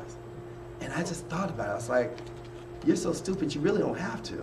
You could pay that in gas for a job you don't own. So let's get down to this, man. So what my company does, anybody see how that works? See, I'm still relating and befriending them and liking them and making sure they're very clear. Don't have a stupid conversation with me. Because all I want you to do is just be open enough to see what I'm presenting and objective enough, get you enough information to say, wow, That's interesting. What if it really worked? That's my only purpose in sitting down with somebody. So I'm gonna go through and I'm gonna say, look, what we do is we help people save money on bills they already have. Do you already have somebody named Verizon? Yes. Have you ever had DirecTV? Yes. Have you heard of Dish? Yes. These are all of our providers. So I don't think that they would all get into business with one company that was gonna be actually faulty, you know, stanky or any of that. You know, it just doesn't make any sense that these multi-million-dollar companies will partner up with a company that is shaky, skittish, or faulty. Is everybody following me on that so far? And I'm saying that in the beginning because you already, what we love about the business, bullet point, you can write it down, bullet point, I'm giving you bullet points in the presentation. What we love about the business is that we don't have to change their buying habits or mind frame for the resource. What do I mean by that? That means they already have heard of Dish. They already have Verizon. And so you'll notice through the conversation, this is a much deeper conversation for another day, but I'll say, Dr. Walker, you don't have to change anything. You can keep what you have. Meaning, depending on the resource of what we're talking about, do you have Verizon or do you have, you know, yes, I have Verizon. So their mindset is, so I can do this with my cell. See, you answer all those questions later. But if you have a landline in the house and it's Verizon, it doesn't have to change. If you have the gas company, it doesn't have to change. In a presentation, I don't have time to get into what they are changing from a cell phone to this, or if you're under contract. That's not important. I'm making reference to only the things that they don't have to change. Gas, landline, or new digital service if they want that. Is everybody following me on that so far? Yes. And you have at least 3 of these things. I mean, could you imagine getting paid every time someone turns on a light switch? Every time someone cooks some food? Every time someone takes a hot shower? That's just off the chain to me. I send everybody Christmas lights. Why? Because they got to turn them on. Just makes too much sense. Next. And you get all your bills free. If you get 5 customers, your service is free. That means your cell phone. Can you imagine not ever having a cell phone bill in your life again? You made 5 referrals to people to save money on a bill they already have. You're going to get paid 10% on their bill every month, and you no longer ever have a cell bill for the rest of your life. In fact, that's the first thing we're going to do is find you 5 cell customers. Then on top of that, if you have 5 local long distance, find 5 people that have a fax machine so you never have a landline bill in your house ever again. My goal with you, Dr. Walker, Dr. Brady Walker, is to make sure that you have all your bills paid for by somebody else, and on top of that, you're getting paid residual income. That's my bullet point. Next, gas and electricity, you get that. If you make 10 gas customers or 10 electricity customers, you don't have any bills. I'm trying to figure out how to get your mortgage and your car note paid next. That's what you're saying there. 6 months of business, you have no bills in your house, and you have enough money coming in off of this business where you have no bills and you can fire your boss. That's just a beautiful day, yes or yes? Yes. By the way, the philanthropy of our company, we fed over 1 million kids last year, 17 million were hungry. We actually fed 1.4 million. For anybody that has 501c3s and anybody that has nonprofits, we need to have a conversation. I don't go in depth. I just make sure that you reach the hearts of people who want to know that we give back. And how do we do that? Every time I acquire a customer, me being you, a child gets fed, 2 children get fed. The money comes right out of what we're already doing. We've already allocated. It doesn't even touch your money. And you're giving back, changing the world, being blessing to everyone that comes across your path. It's just a beautiful thing. Next. We don't do commercials, advertisement, billboards. We don't do any of that. We go directly to the person. How did every person show up in this room? Somebody referred them. How can we go see a movie? Because somebody refers it. Why do we go to a restaurant? Somebody refers it. Next. Next. Next. You're actually going to get 10% on every customer that's acquired, Dwayne. I'm not going to explain all that because if you just follow my lead, you get 20 services. You can have them all yourself. In one of my houses, I got 3 phones. I got 3 cell phones, me, my son, and my assistant. I have gas, that's a 7th customer. I have internet, that's an 8th customer. I have a home security, that's 9. Off of me alone, I got 15 services. Why that's important is because we don't want anyone to ever get the perspective or perception that we go door to door. Now, you guys got to put that in your presentation. Because people, when they first see the presentation, like, so I have to be a salesperson? So I have to sell this?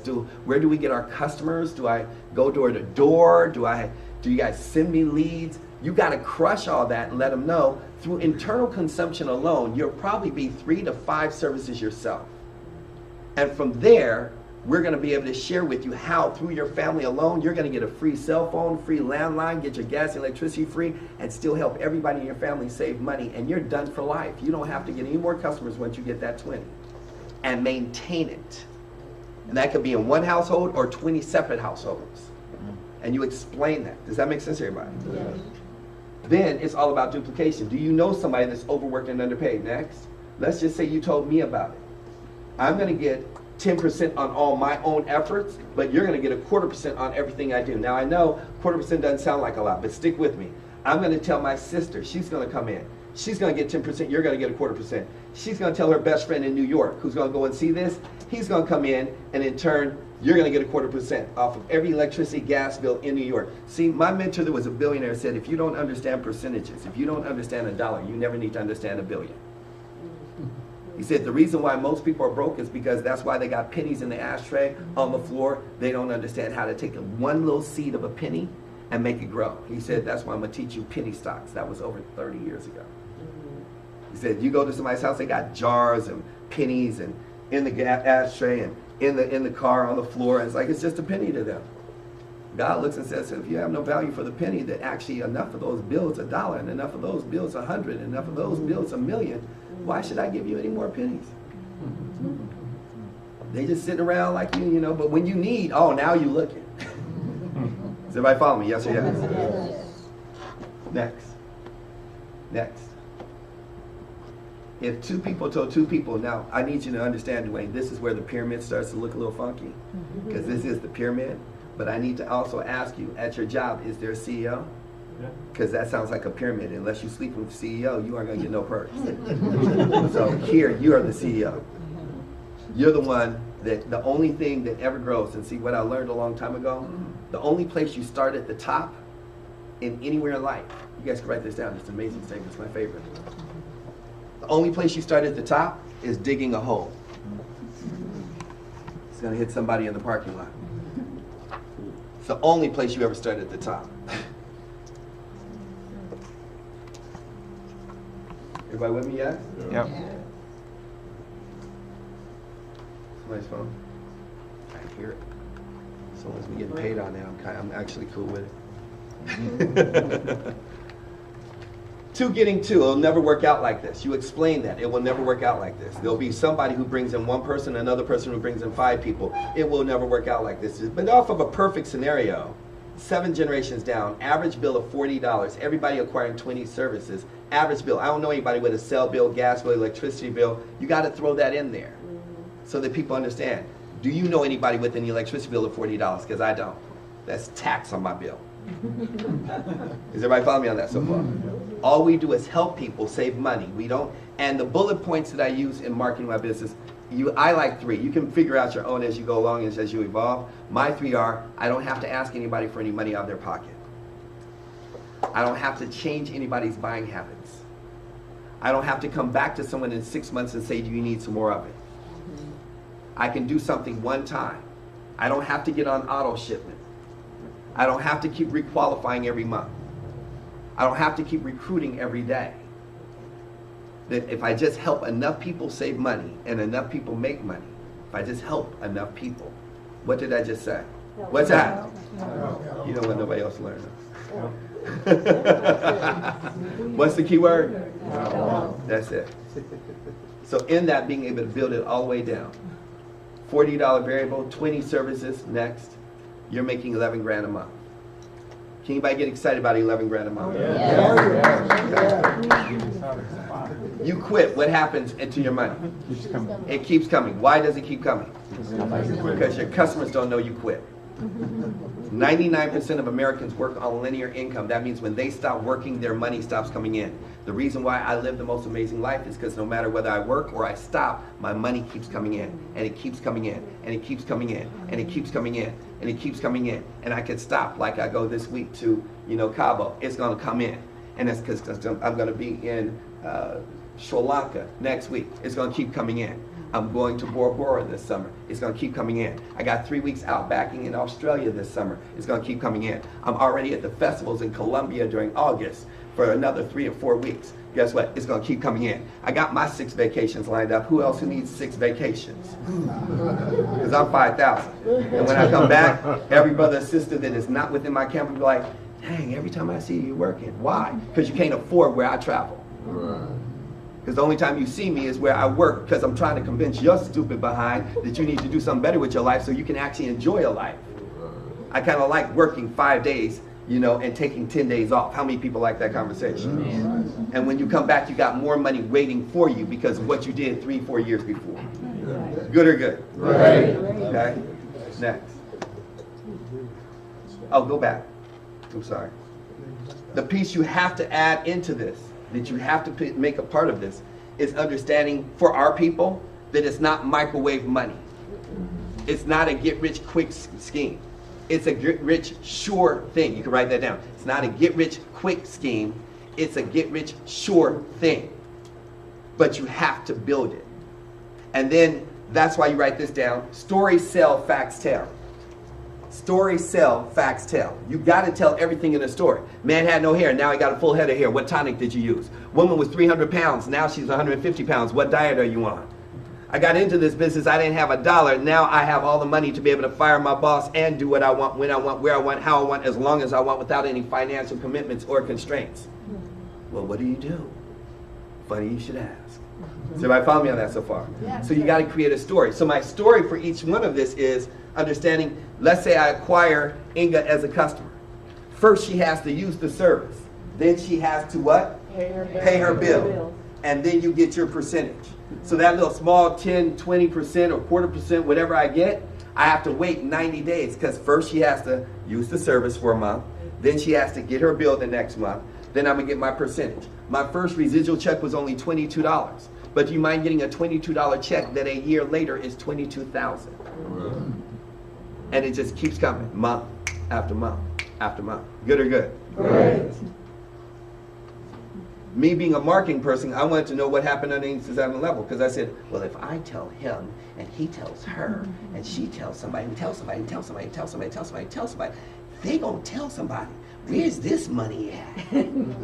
See, that's the way I thought. Very few people ever ask me that. You, Jay? Anybody ever ask you that? I don't know why people don't ask me that. That lets me know people aren't really paying attention. All they realize, they pay attention to $500. I got to pay $500. You broke bastard. I'm sorry. So, but in my head, I'm like, that was my first question. I was like, well, if that's 128 people, that's going to be over 200 people down here. Right. That's going to be a whole lot more money. My head was like, how do I get that money? Right? Yeah. Right.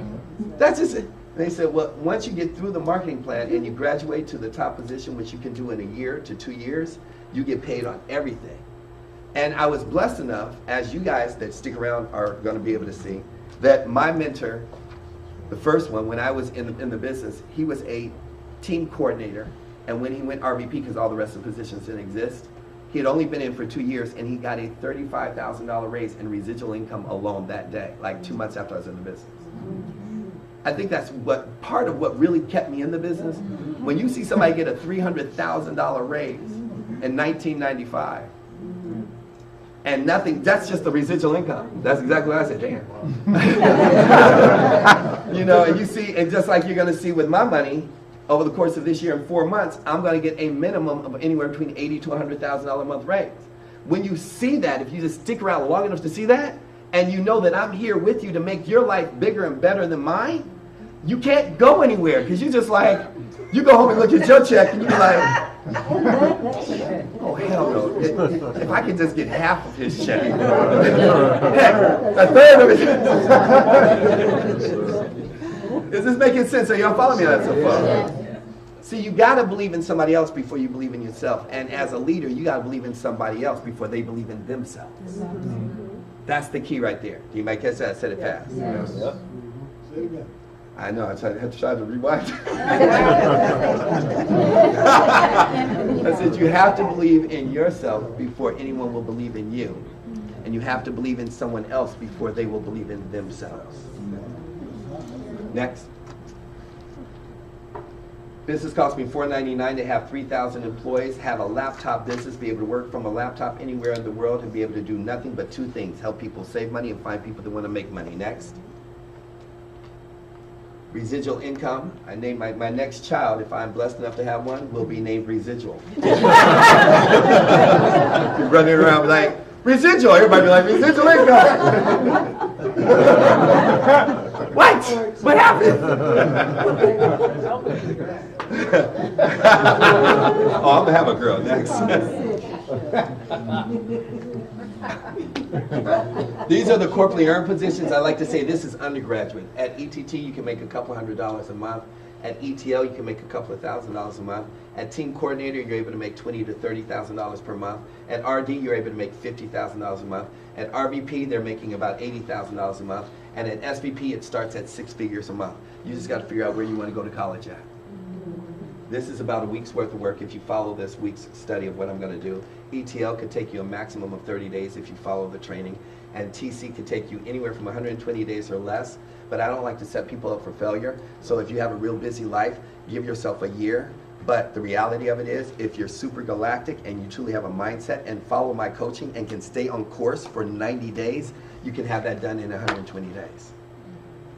Any brand new person from day one.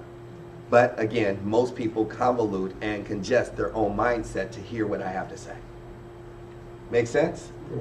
RD, more money, that's about a year's worth of work. RVP, about a year and a half. SVP is a 3-year graduation. I don't know, I kind of think 3 years of graduation to graduate into 6 figures a month is pretty good. Yes or yes? Yes. Kind of works for me. This money has nothing to do with your previous money of residual income. This is paid out weekly. The bonus on the table for anyone who gets started today or within the next 48 hours. Remember, when you do a presentation, I'm not looking for somebody to write a check. I'm looking for you to say, I'm in. When you invite somebody to the table, and if I'm doing the presentation, for example, who invited you, brother? Pleasure. What's your name? Robert. Robert is pleasure. John. John, pleasure. Who invited you? Dr. Harris. Dr. Harris? Excellent. She can't ask you if you guys want to get in. She will not ask you if you want to get in. Your responsibility now, once you met me, is to tell her I'm in or I'm going to support you because she loves you enough to just share it with you. Does that make sense?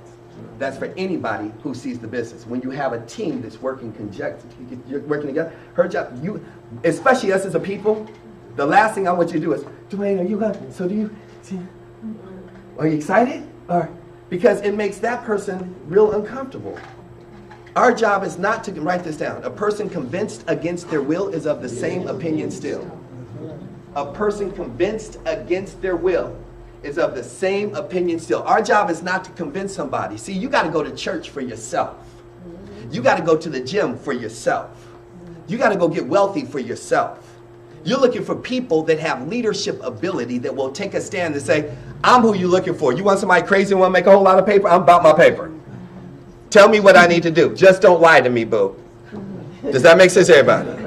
Let me know that you got my back, you're going to support me, and that this is real. Prove to me that this is real. How much time do you need? And I tell her, what I'd have them go and say, give me 90 days. Her job, your guys, give it. Where can you go for 90 days where somebody's going to truly prove to you that within 6 months to a year, you never have to work a job in your life? 90 days? Baby's not even formed in a woman's belly. 90 days? Because it's not what it costs. Our mentality as blacks is, well, how much does it cost? That's an employee mentality. Write that down. Employee mentality asks, what does it cost? Employer mentality asks, what is it worth? What is it worth for you to be able to wake up when you finish sleeping? What is it worth to make more money in 1 month than most people make in 2 years? What is it worth to write one check and make all your bills go away? What is it worth to be able to just go to the parking lot and just see all the cars that you want, and they say, well, you know, we have financing, and you say, I have my own finance department. I'm writing one check. In fact, just because you even questioned who I was, I'm buying 2, and it's from that rep over there. See if I get this conversation. Yes.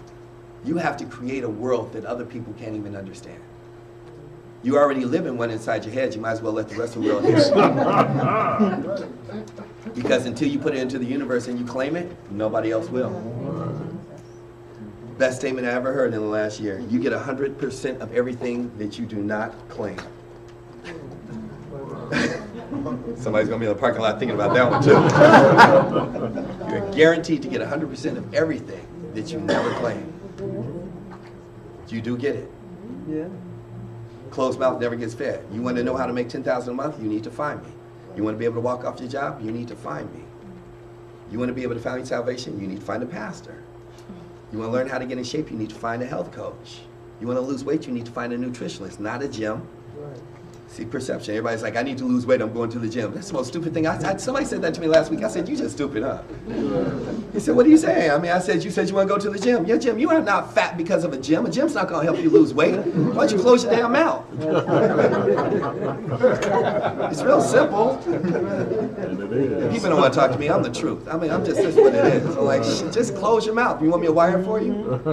It's just eat small proportions. Why don't you get a straw and just wire your mouth for about 3 months? You'll be good. Lose all the weight you want to. Now you need to go to the gym to stay healthy enough to maintain, sustain, and maintain. Yes, sir. That's what the gym's for. Gym is not to lose weight.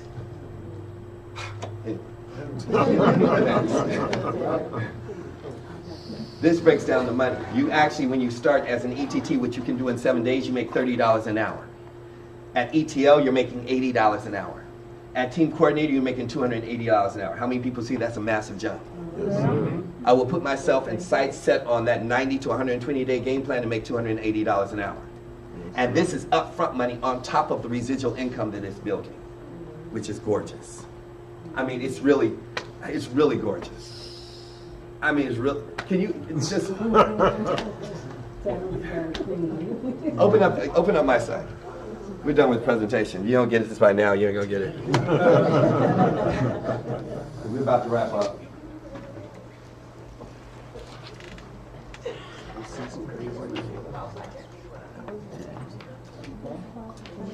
Matrix Group Lifestyle University. We're almost done. 7 minutes, family. Stick with me.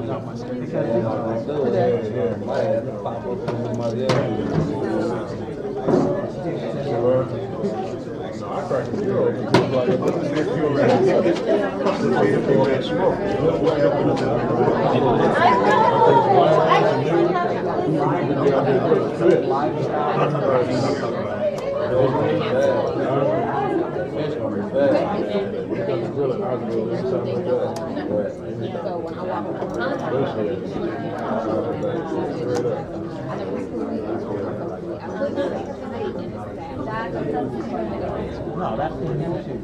Go to YouTube and search for the Matrix Group Lifestyle University.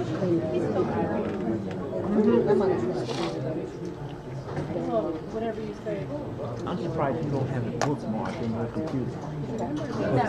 All right, you guys with me? Yeah? No. Right, grab a seat. So these are weekly. So I had pretty much put down March 5th up to April 9th. That's about a month. So if you add up a month of checks, this is one of 5 positions that I own. For those that are new, that want to know what kind of money is being made. This is 2,000 plus 19, that's 21 plus 5, that's 26 plus 2, that's 26, 28 plus 2, 28, 30, 32, 42, 46, 48. Let's just say that that's about 50, added the change is about $53,000. That's what my 16-year-old makes. That, by the way, is direct deposit. It's all net. Since you're like, well, is that gross? No, that's net. And you can't stop it if you try. The checks just keep hitting.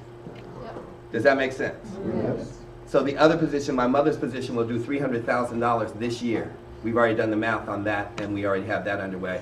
And the mother of my child, she'll do $250,000 this year. Neither one of them have ever worked the business. It costs them $499 for me to be able to put them in a position to make money. And I'm opening up a trust account for my twins, which I'm doing this month. As a matter of fact, I just set up a corporation for them. So I have a corporate account, a trust account, and I actually have the maid's name on top of the trust account, because I used up all my parents and family members. So now I got to use the maid. Now she's blessed too. I'm going to take care of her kids too. All my kids learning Spanish and everything else, might as well. So how many people can get excited about this hitting a check every week? Yes. I mean, every week they just keep coming in. Yes, sir. So you can close that out and turn it off real quick. So the thing about it is, now, without going into it, they changed the marketing plan, and I've had some dips in different parts of my residual, and I was upset, and I had this conversation, I think we were just on with San Diego. And who's here from San Diego? Who's my team here? My brother's right here. I'm loving you guys. So we had a conversation. I want Ms. Frierson to talk about that real quick before we close out. But the young lady, we were talking about sacrifice, right? Are you guys following me on so far? So some of you guys saw the young lady who was here that was pregnant? Okay. She was actually having contractions. She's in her 9th month. She had to go to a hospital to have her baby. Wow. And they drove down here from San Diego from one phone call, their whole team, to be able to get this information. Where people that live right here are just like, I don't know if I want to come. You find people that go the extra mile. And when you find them, they don't do it once. It's who they are.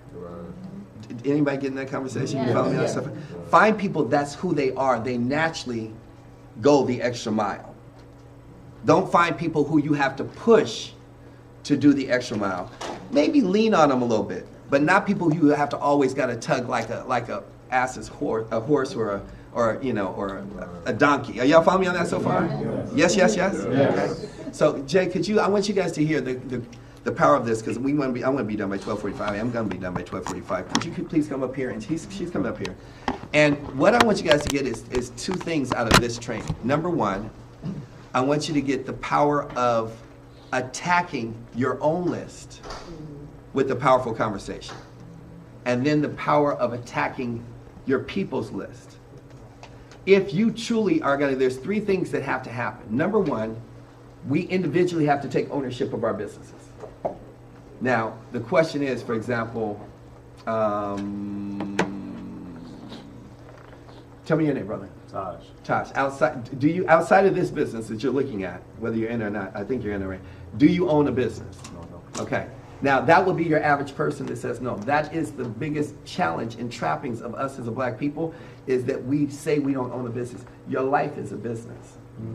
Your life is either thriving or dying based on the people you employ in your life, and the people that you have around your life dictate how you think as an individual. You cannot be an Isaiah Thomas and play around him without going to another level. You can't be around a Magic Johnson without going to another level. You cannot be around a LeBron without going to another level. You can't be around a Kobe without, it doesn't matter whether you like him or not. You can't be around, Curry and not go to another level. People that are playing at a specific level, as a doctor that plays up here, as an attorney that plays up here, no matter what you do, you got to learn how to be and create a culture within your own life of being, when people see you and they hear you, they like, that's just who I need to roll with. Yes. Yes. Does anybody understand this conversation? Yes. When people hear or talk to me, they just, I don't even know what you do. 99% of people that get in my business don't know what I do. I just need to roll with you. That was us. It's like, you know what? I just need to roll with you. They'll figure out what it is as they go along. But if you become that template, but that then becomes your voice, you have to find, you want to write this down because this is part of it. I need to find my voice. And it's not a script. People are like, give me scripts. It's not a script. Finding your voice, talking from the heart, keeping it real, being the truth is not a script. It doesn't matter if I bring out Kyron or I let out Byron. He's the truth. He's going to be the truth.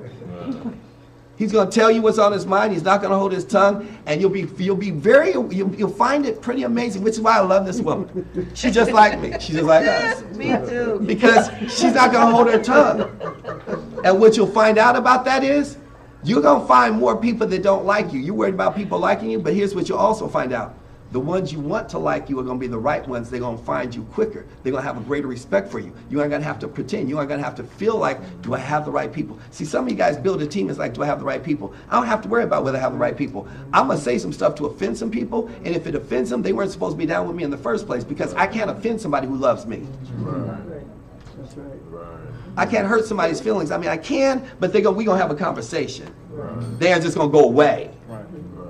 See, some people come in the business, they just go away. It's like, well, I just don't like what he said. You should have told me that. I could have brought you clarity.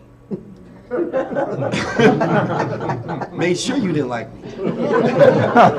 And then apologize for it, because I wasn't here to offend you. I was talking from my own heart.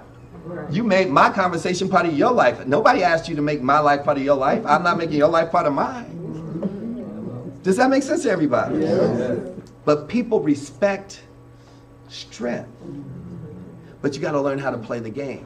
So once you find your own voice, then you'll learn how to find other voices. And we need at least, I'm going to tell you what I'm looking for over the course of this month. I need 12 voices.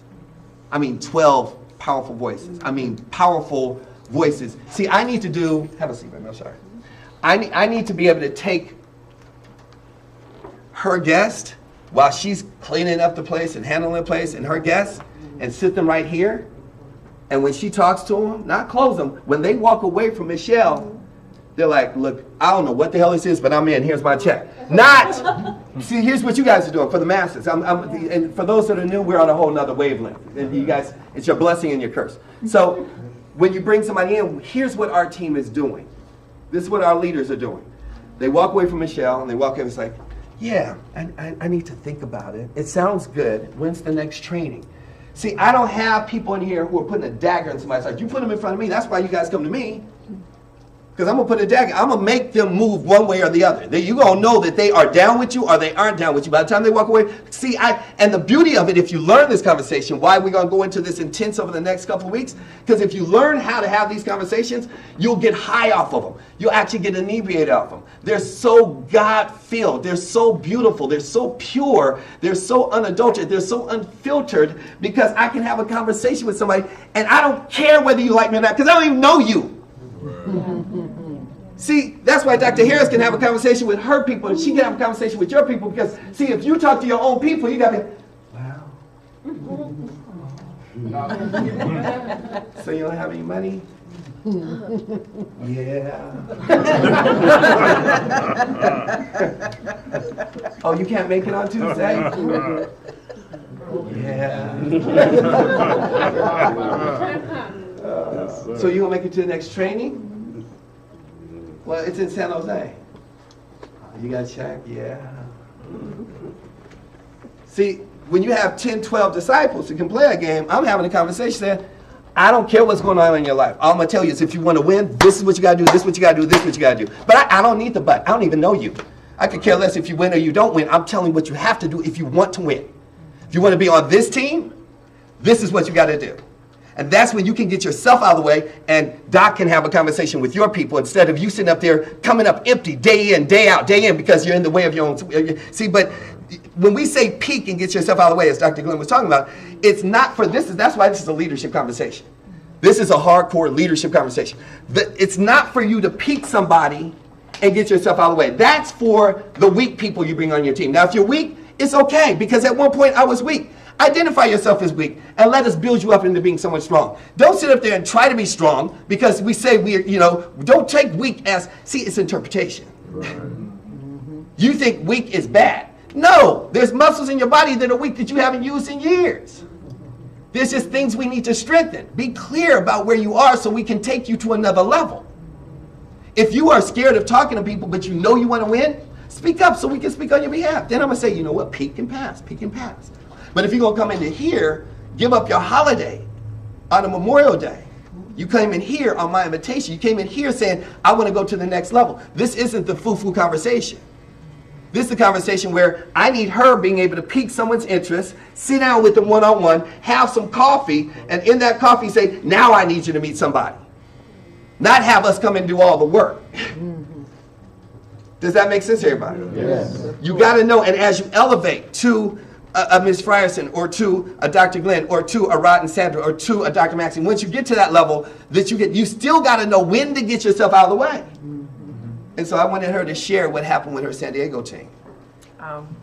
So first, I had a great friend of mine who, by the way, saw the presentation. So you know how they say no means not right now? He actually saw the presentation 2 years ago in my home in Arizona. I had about 40 people in my home, and it was only standing room only. He was at the bottom of the stairs, and Mr. Nelson was doing the presentation, and he said no afterwards. But he's like my little brother. I love him. No didn't mean I don't love you anymore. It meant no, it wasn't for him right now, and I respected that. He was starting his new church. He was building his family. Fine. I'm still moving. And what happens is, I think that if you stay in the game long enough, people will find you. Yeah. Say that again, please. If you stay in the Write it game down, long please. enough, people will find you. Because this whole room came from my grandmother actually reversing it and finding me, if you really think about it. So I moved from Arizona. I built a team in Arizona. I moved here, started this team here, and I didn't know that he had moved to San Diego. Well, he drives from San Diego to Long Beach all the time, and then he finally told me we kept missing each other. So finally he called me, and it was late at night, and he said, I want to come see you, sis. Can I come visit? I said, absolutely, come visit. Came to visit. He was, how's everything going? He started asking me questions. I actually did a verbal 1 through 10 with him with no paperwork. I just talked to him, but I went through every box from in my head with him verbally. Did I not? Went through the whole thing. And I said, look, take all excuses away. I'm going to get you a room, and I'm going to get you a ticket, and I need you to come to Palm Desert. I need you to see what's been happening. He actually came to Palm Desert on a whim, never having seen the visual of the 1 through 10, just that conversation. Met Mr. Nelson, met a lot of you, and then we scheduled his emergency PBR. We scheduled his emergency PBR, and he actually canceled it. And I called him on the phone. I said, you will never cancel a PBR with me ever again. I said, if I'm going to come to San Diego, it's for you. And if no one shows up, or if one person is in that room, I'm still making the drive. Don't ever cancel on me again. You're going to set a date, and whoever is there, I'm going to write down posture and never cancel PBR ever if you want support from the leadership. Ever. Because it's an opportunity for that person to come down and train you, coach you. It's already allocated time. You obviously did something massively wrong, that you need that allocated time to sit down with the person who's coming to help you. And then on top of that, you get all the perks of knowing that if you flake on that person, she will never come down and help you again. You flake on me, I'll never come. Why? Because what did I say in the beginning of this training? I did not go and do presentations for Halima, for Michelle, for Ms. Frierson, for their guests. I did it for them.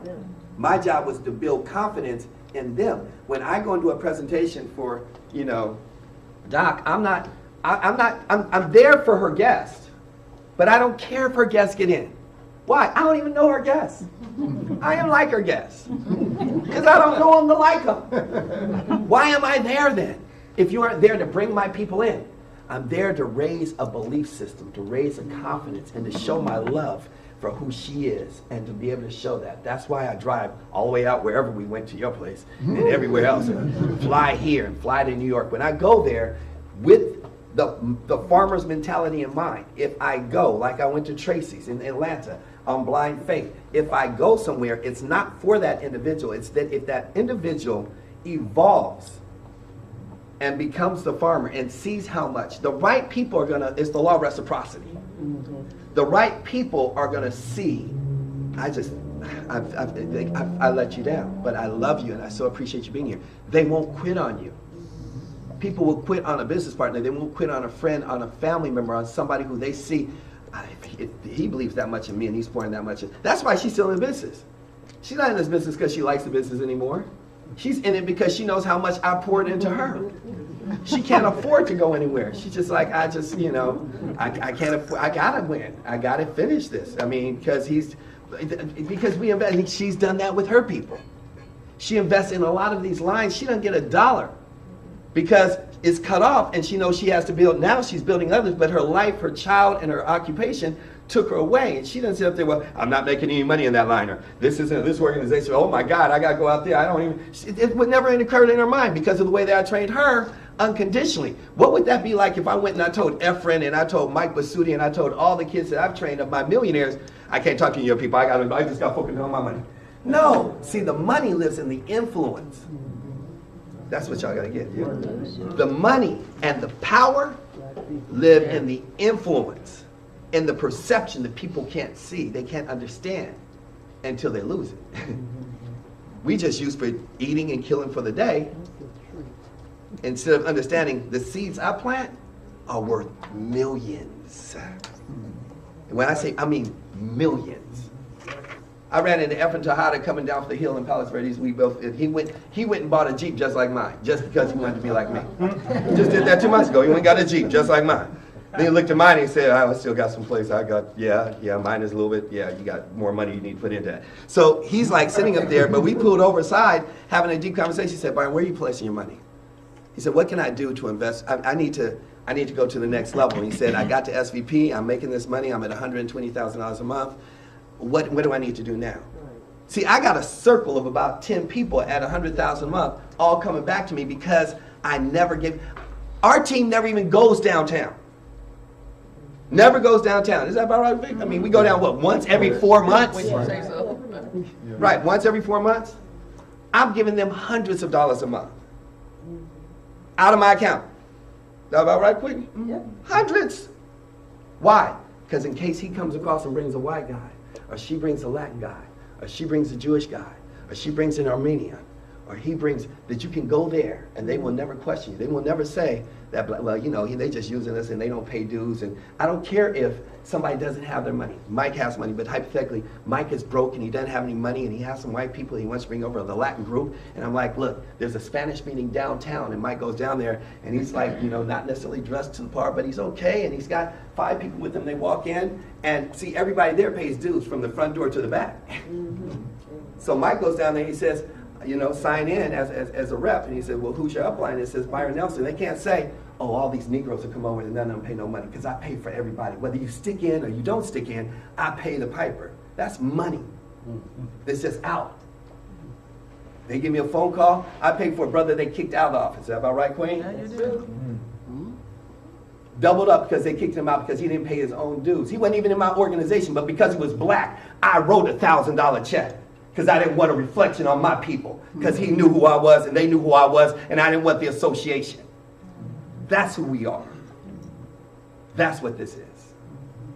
Does this make any sense? Yes. Go ahead, I'm sorry. So I had that conversation with him, and I love Dave. Dave is my little brother, so I can talk to him that way. So he was like, all right, sis. Again, he's still excited. I'm sending him videos. Again, I said, we plan the date. We lock it down. What he didn't realize is that I had already allotted a few people who changed their schedule to come to his first PBR. And when we locked down the second one, they couldn't make the adjustment, which was fine. I went down. I drove down in the rain by myself to San Diego. He had 5 guests in the room. 5 guests in the room and 1 on the phone. The person on the phone was in the Inland Empire. That was this young lady, beautiful lady here, Dr. Brunetta. And I did the PBR. You know, I did the presentation. I didn't have the video. I did just 1 through 10. I did bring the magazines and everything for credibility to show the information.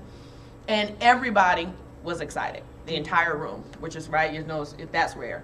So I said I want to do this the right way, because I really haven't been playing on the court in phase 1 myself for over a year. So I was like, the last time I called him to do a 3-way call for me was a year ago. Now that's my upline. There's thousands of people in between me and him, but that's the person who I've worked with. So I said, you know what, I know the system, I'm gonna get myself out of the way. We already scheduled their grand opening for this coming Thursday, but I really wanted them to get the right training, right? So in the meantime, before getting him there, they went to the Saturday training in San Diego. with Dakota Bragg's team, and I even made him take a picture with him and Dakota, so I knew he was there, so he can take me the send me the picture. So they did that. So they're engaged. They're learning the business. That's a high point. I need you guys to get that because we don't have time to go on that right now. But as you have people that will be cross-pollinated into other meetings, there's two things that you need to understand. The integrity of the individual you're sending, because they will flake on you unless you add that buffer. She added the buffer. When you go, take a picture. I have everybody, she's learned that from me for years. Take a picture, show it to me. I have people all over the country taking pictures with right when they get there. Great, I need to know you're there. It adds an extra, because I've set up a meeting for you to meet the vice president in that area. They already know you're coming. Even if they don't know that you're coming, I'm telling you, they know that you're coming. And I need you to go and introduce yourself and say my name and take a picture with them and send it back to me. Because every vice president knows how to play the game. If somebody came up to me and said, you know John Doe, he sent me here and he knows you really well and he said to take a picture with you. Oh yeah, I know John. Okay, let's take a picture. What am I say? I don't know John? No. I understand how to play the game. I'm like, yeah, tell John I said hi. Look at that, man. We're in this together. So number one, it's the integrity of the person you're sending. And number two, it lets the persons that are in that office know I'm on top of this. Because there's times for another conversation, if you send them and you start dealing with international business, they will take your people. Because the Koreans, they don't, well, why are you going to work with her? I speak Korean, you speak Korean, we're in Korea, they're in the United States. Why would you be getting in with somebody over there? I'm the one giving you support. And they will play that game. Until you start leveraging power. You say my name for 90% of the company is going to put fear in half of them. Well, just to let you know, Dakota Braggs has trained me several times in Arizona. I didn't send my name, I sent his. I said, tell him you're on Byron Nelson's team. Exactly. Because that's actually what he did to me with Arizona. I didn't know them, I'm not in their money. So he said, you go meet Karen Dorfline, you go meet these people, you tell them that I sent you, and they took care of me, and I wanted to make sure that they know they have a support system there. Exactly. But before I sent them there, I also sent them the 1 through 10 video. There were steps. I sent them the 1 through 10 full video. Did I not, Tosh? Opened it. You actually opened it like 9 times. He looked at it. All of them got it. So especially Dr. Brunetta, I wanted to make sure she had the detailed information because I know she wanted to know, know everything, and she didn't see the visual. So I sent that to her as well. Then I said, Mr. Nelson, I got your email about the training. I know that they really need to see the training. I need your help. I need a 3-way call. He was like, when? He was like, I was like, do you want to do it tomorrow? He was like, no, right now, today. I was like, oh, okay. So I called David and I said, I need you to get your if I do it right down the spot, it's not going to happen. It's not going to happen. I said, I need you to get your entire team on the phone. Mr. Nelson wants to have a personal call with you guys. And then when he got on the phone, first I didn't just say, hi, Mr. Nelson, they're here. I thanked him because I knew that he was first on his way. He was doing something completely different. Like I probably would not have taken a break from what he was doing to get on the phone. So he stopped what he was doing. I wanted to thank him, tell him how much I appreciate him, and I know he was busy. And I met these extraordinary individuals in San Diego, and I just wanted you to just kind of briefly tell them a little bit about yourself and the business and see what we can do to help get them to launch their business quickly so that they can get all of them get their bonus this month. And so passed the baton, and that's what he did. He had an amazing conversation. Now, I knew that if I told David I need you to be here in LA today, he would have gave me every excuse in the world as to why he would not have come. What the problem with that is we're so close, he can do that to me, but then they won't come either because he's not coming, and they believe in him. So he just basically said, no, I need to see you guys there. I need you there. Well, all of them came. Every last one. I didn't expect a young lady who was 9 months pregnant and her baby was due already. Now, I don't think she said to the house, she just said she was having contractions, like she was just kind of bent over. So I understood. That's the one thing we can't control. So, but they came here and she sat in a car for 2 hours to get here. Just to get the little bit of information that she received. And I know, there's nothing I wouldn't do for him. He knows that. But I wanted to make sure that he gets the information the right way. Am I qualified to train him and help him? Absolutely. But he needs to see that there are other people around that he's going to need to be able to leverage and help him out. And then on top of that, I had a little gathering, and Mr. Nelson, there's 9 people here actually. Because of the conversation. Can all of you stand, please, if you're my guest? Which one is he? David is standing. Tosh, please stand up. The other 2 had to leave, but it was just because of having conversations and sometimes just having a great time with someone who is influential, and they know me, and now they can see the things that came from him and me and why, and I'm just grateful that. And I want you to get that, because it's like these young brothers right here, and brother right there with the young lady in the back, they were at the barbecue, and we were a little out of control. Our conversation was, we had a good time, right? we were out of control, We did it our way, but at the same time, we had drinks, we had barbecue. It wasn't set up for business. It was set up for a social, set up for a beautiful afternoon. But I want you guys to get this, not one time did Ms. Frierson say, Byron. And because of that, they started coming over and it's like, Mr. Nelson. Her man Robin, Mr. Nelson. Everybody, no matter how, we drank those, right? Isn't that about right, family? I mean, the whole time, and they were just, and the respect from the old and the young that were in the room was still there enough to be able to and all they can turn in their head is, we had a barbecue. Why do they keep calling him Mr. Nelson? You can't help but to ask that, what the hell? Well, who is it? That we had a barbecue calling. So it was still a game that she has mastered unconsciously, not attempting to do it. That this thing is so off the chain. The hardest thing about the business, I tell people all the time, the hardest thing about this business is just getting people to see it. But it's not seeing ACN, it's seeing you. That you're in the right place and you are the right person to lead. And we'll get more into this tomorrow because I want to wrap this up. But the thing I want you to get out of her conversation, I'll have Michelle talk about hers tomorrow, is understanding how to cross-pollinate this conversation. How to get this. And I'm going to have Anthony tape each one, so my team in San Diego and my team in Houston, he's going to post this link. He has this entire training. I'm doing 3 nights in a row because I leave for Cabo on Thursday. So any person, but what I need you guys to do is I'm going to put it out there. You need to truly just commit to getting the information because you can't get it in a day. There's no way. The first part of this is what we're talking about is creating the story of being able to share the information to get people in the business, commanding a decision through being able, the decision is not to get in, the decision is, do you want to make some money? Do you want to see the business? Second is, are you presenting the business? Because nobody wants to follow a weak noodle. You got to be strong enough to be, after they say, yeah, I want to see it, well, there's no other options. And let's sit down, let me show you how to make this paper. Does that make sense to everybody? Yes. Okay? They need to follow you. After they decide they want to do it, you have to breathe life into their belief system that they're following the right person so that you can keep your team. 6 months in this business, I've lived 6 months off this business for 5 years. 6 months of hard work in this business has paid me millions of dollars. I've never seen, because again, if she's in a plane and you're in a car, and you guys heard the conversation with Brian Sachs, 22 people turned into 6,000 people in 90 days. This is ridiculous. You know how he did that? He had 22 people believe they were going to put 6,000. What do you believe you're going to do over the next 90 days? Well, I only did 10 over the last 90 days, so maybe I'll do 20. See, you think too small because your brain is too small because you reprogrammed it the wrong way. You got a virus in your brain. You got a virus in your brain. Your dream's not big enough. Your desire's not big enough. It's not that you can't do it. Every person in here can do it because I've done it several times over. And then he went and explained. He said, I didn't just do one with 22. He said, I took 44 people from New Zealand and turned that into 9,000 people in less than 120 days. I took the brokest people in the world, Maori, who does the haka dance, who shows up in torn Flintstone outfits.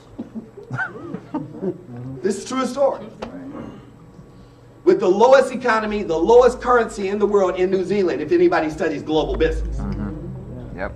There's only a few places that match. And turned that into 9,000 people out of 44 people. Because of the vision of one. You want to play this game? This was like not even a half of the layer of the onion I'm about to unravel. We're just getting started. So I don't know whether I'll be at the presentation or not, but I will be there at 9 o'clock, and those that are serious will be here at 9 o'clock tomorrow night, because I'm going every night. We're going to do Wednesday night, because I leave on Thursday. And you're gonna get this whole conversation. Or they're there tomorrow. Yeah, no, we're gonna stay in the, well, we could do that. 'Cause- or we could, I mean, whatever's clever, we could come here. Actually, I like cleaning the room. Can we come here, Mom? Let's clean house. Because only a serious one's gonna drive from the Marriott to here. And I don't wanna be hanging out there and then you got some lollygaggers. No, we gonna start. We'll be done by 9 o'clock, cleaned up and out. We start at 9:30 right here. Tomorrow night. Does that work for everybody? Only the serious ones, because I'm in the zone. So the game is, who's gonna have a commanding conversation and have 3 people there tomorrow night? That's the game. That's the game. I'm ready to put incentive money into it, like a yacht party for anyone that goes ETL and just like leave for 2 days and we all just go and you can bring your kids and I'll pay for everything. But not before I know somebody wants to make some money. I want to just completely just sort until I get it down to a nice compact group of people that are making money with me, and then I don't mind giving money out. Because you guys deserve it. Yes, sir. I'm in. There you go. We need a crew. We need a crew that understands. And I'm telling you, 90 days. That's the last. Write down 90 days. 90 days. Every Tuesday. And I call it AOMA. That's what we call it. Because it's not a mandated training. Is everybody understanding that so far? You don't have to come tomorrow night. Somebody says, well, I got Bible study. Go to Bible study. Preferably, I prefer you actually, I think you read enough that you need to start putting the Bible to work. That's just me. You need to get up early in the morning. I'm not saying don't do your devotion. I'm not saying don't do your prayer. What I'm saying is get off your knees and do something after you do your prayers. Because he's not a magician. He already made you. Does that make sense? Yes or yes? Yes. But we need to know who's going to cross-pollinate. It's going to become a really good game because what I'm going to give you is really for the next 3 days. It's going to give you everything to make money for 3 days after that. Then I'm gone Thursday, Friday, and Saturday. That you'll have an accountability team of people who can go out. And the branding that you can do, like the business cards. I don't mind paying for the business cards for anybody. It's like, if Dwayne doesn't have money for business cards or you're brand new, you need to know branding is everything. Everything about how you show up, how people perceive you. If I get you some business cards and do it right, we could do so many things. Is anybody getting this conversation? Yes. There's so many things that we can actually do if we just put our hearts and our minds together. Now you got San Diego, you got Houston, you got San Francisco, you got a crew of people. You got Bakersfield, Atlanta. Yeah, Tracy's here from Atlanta. Back again. Hey, girl.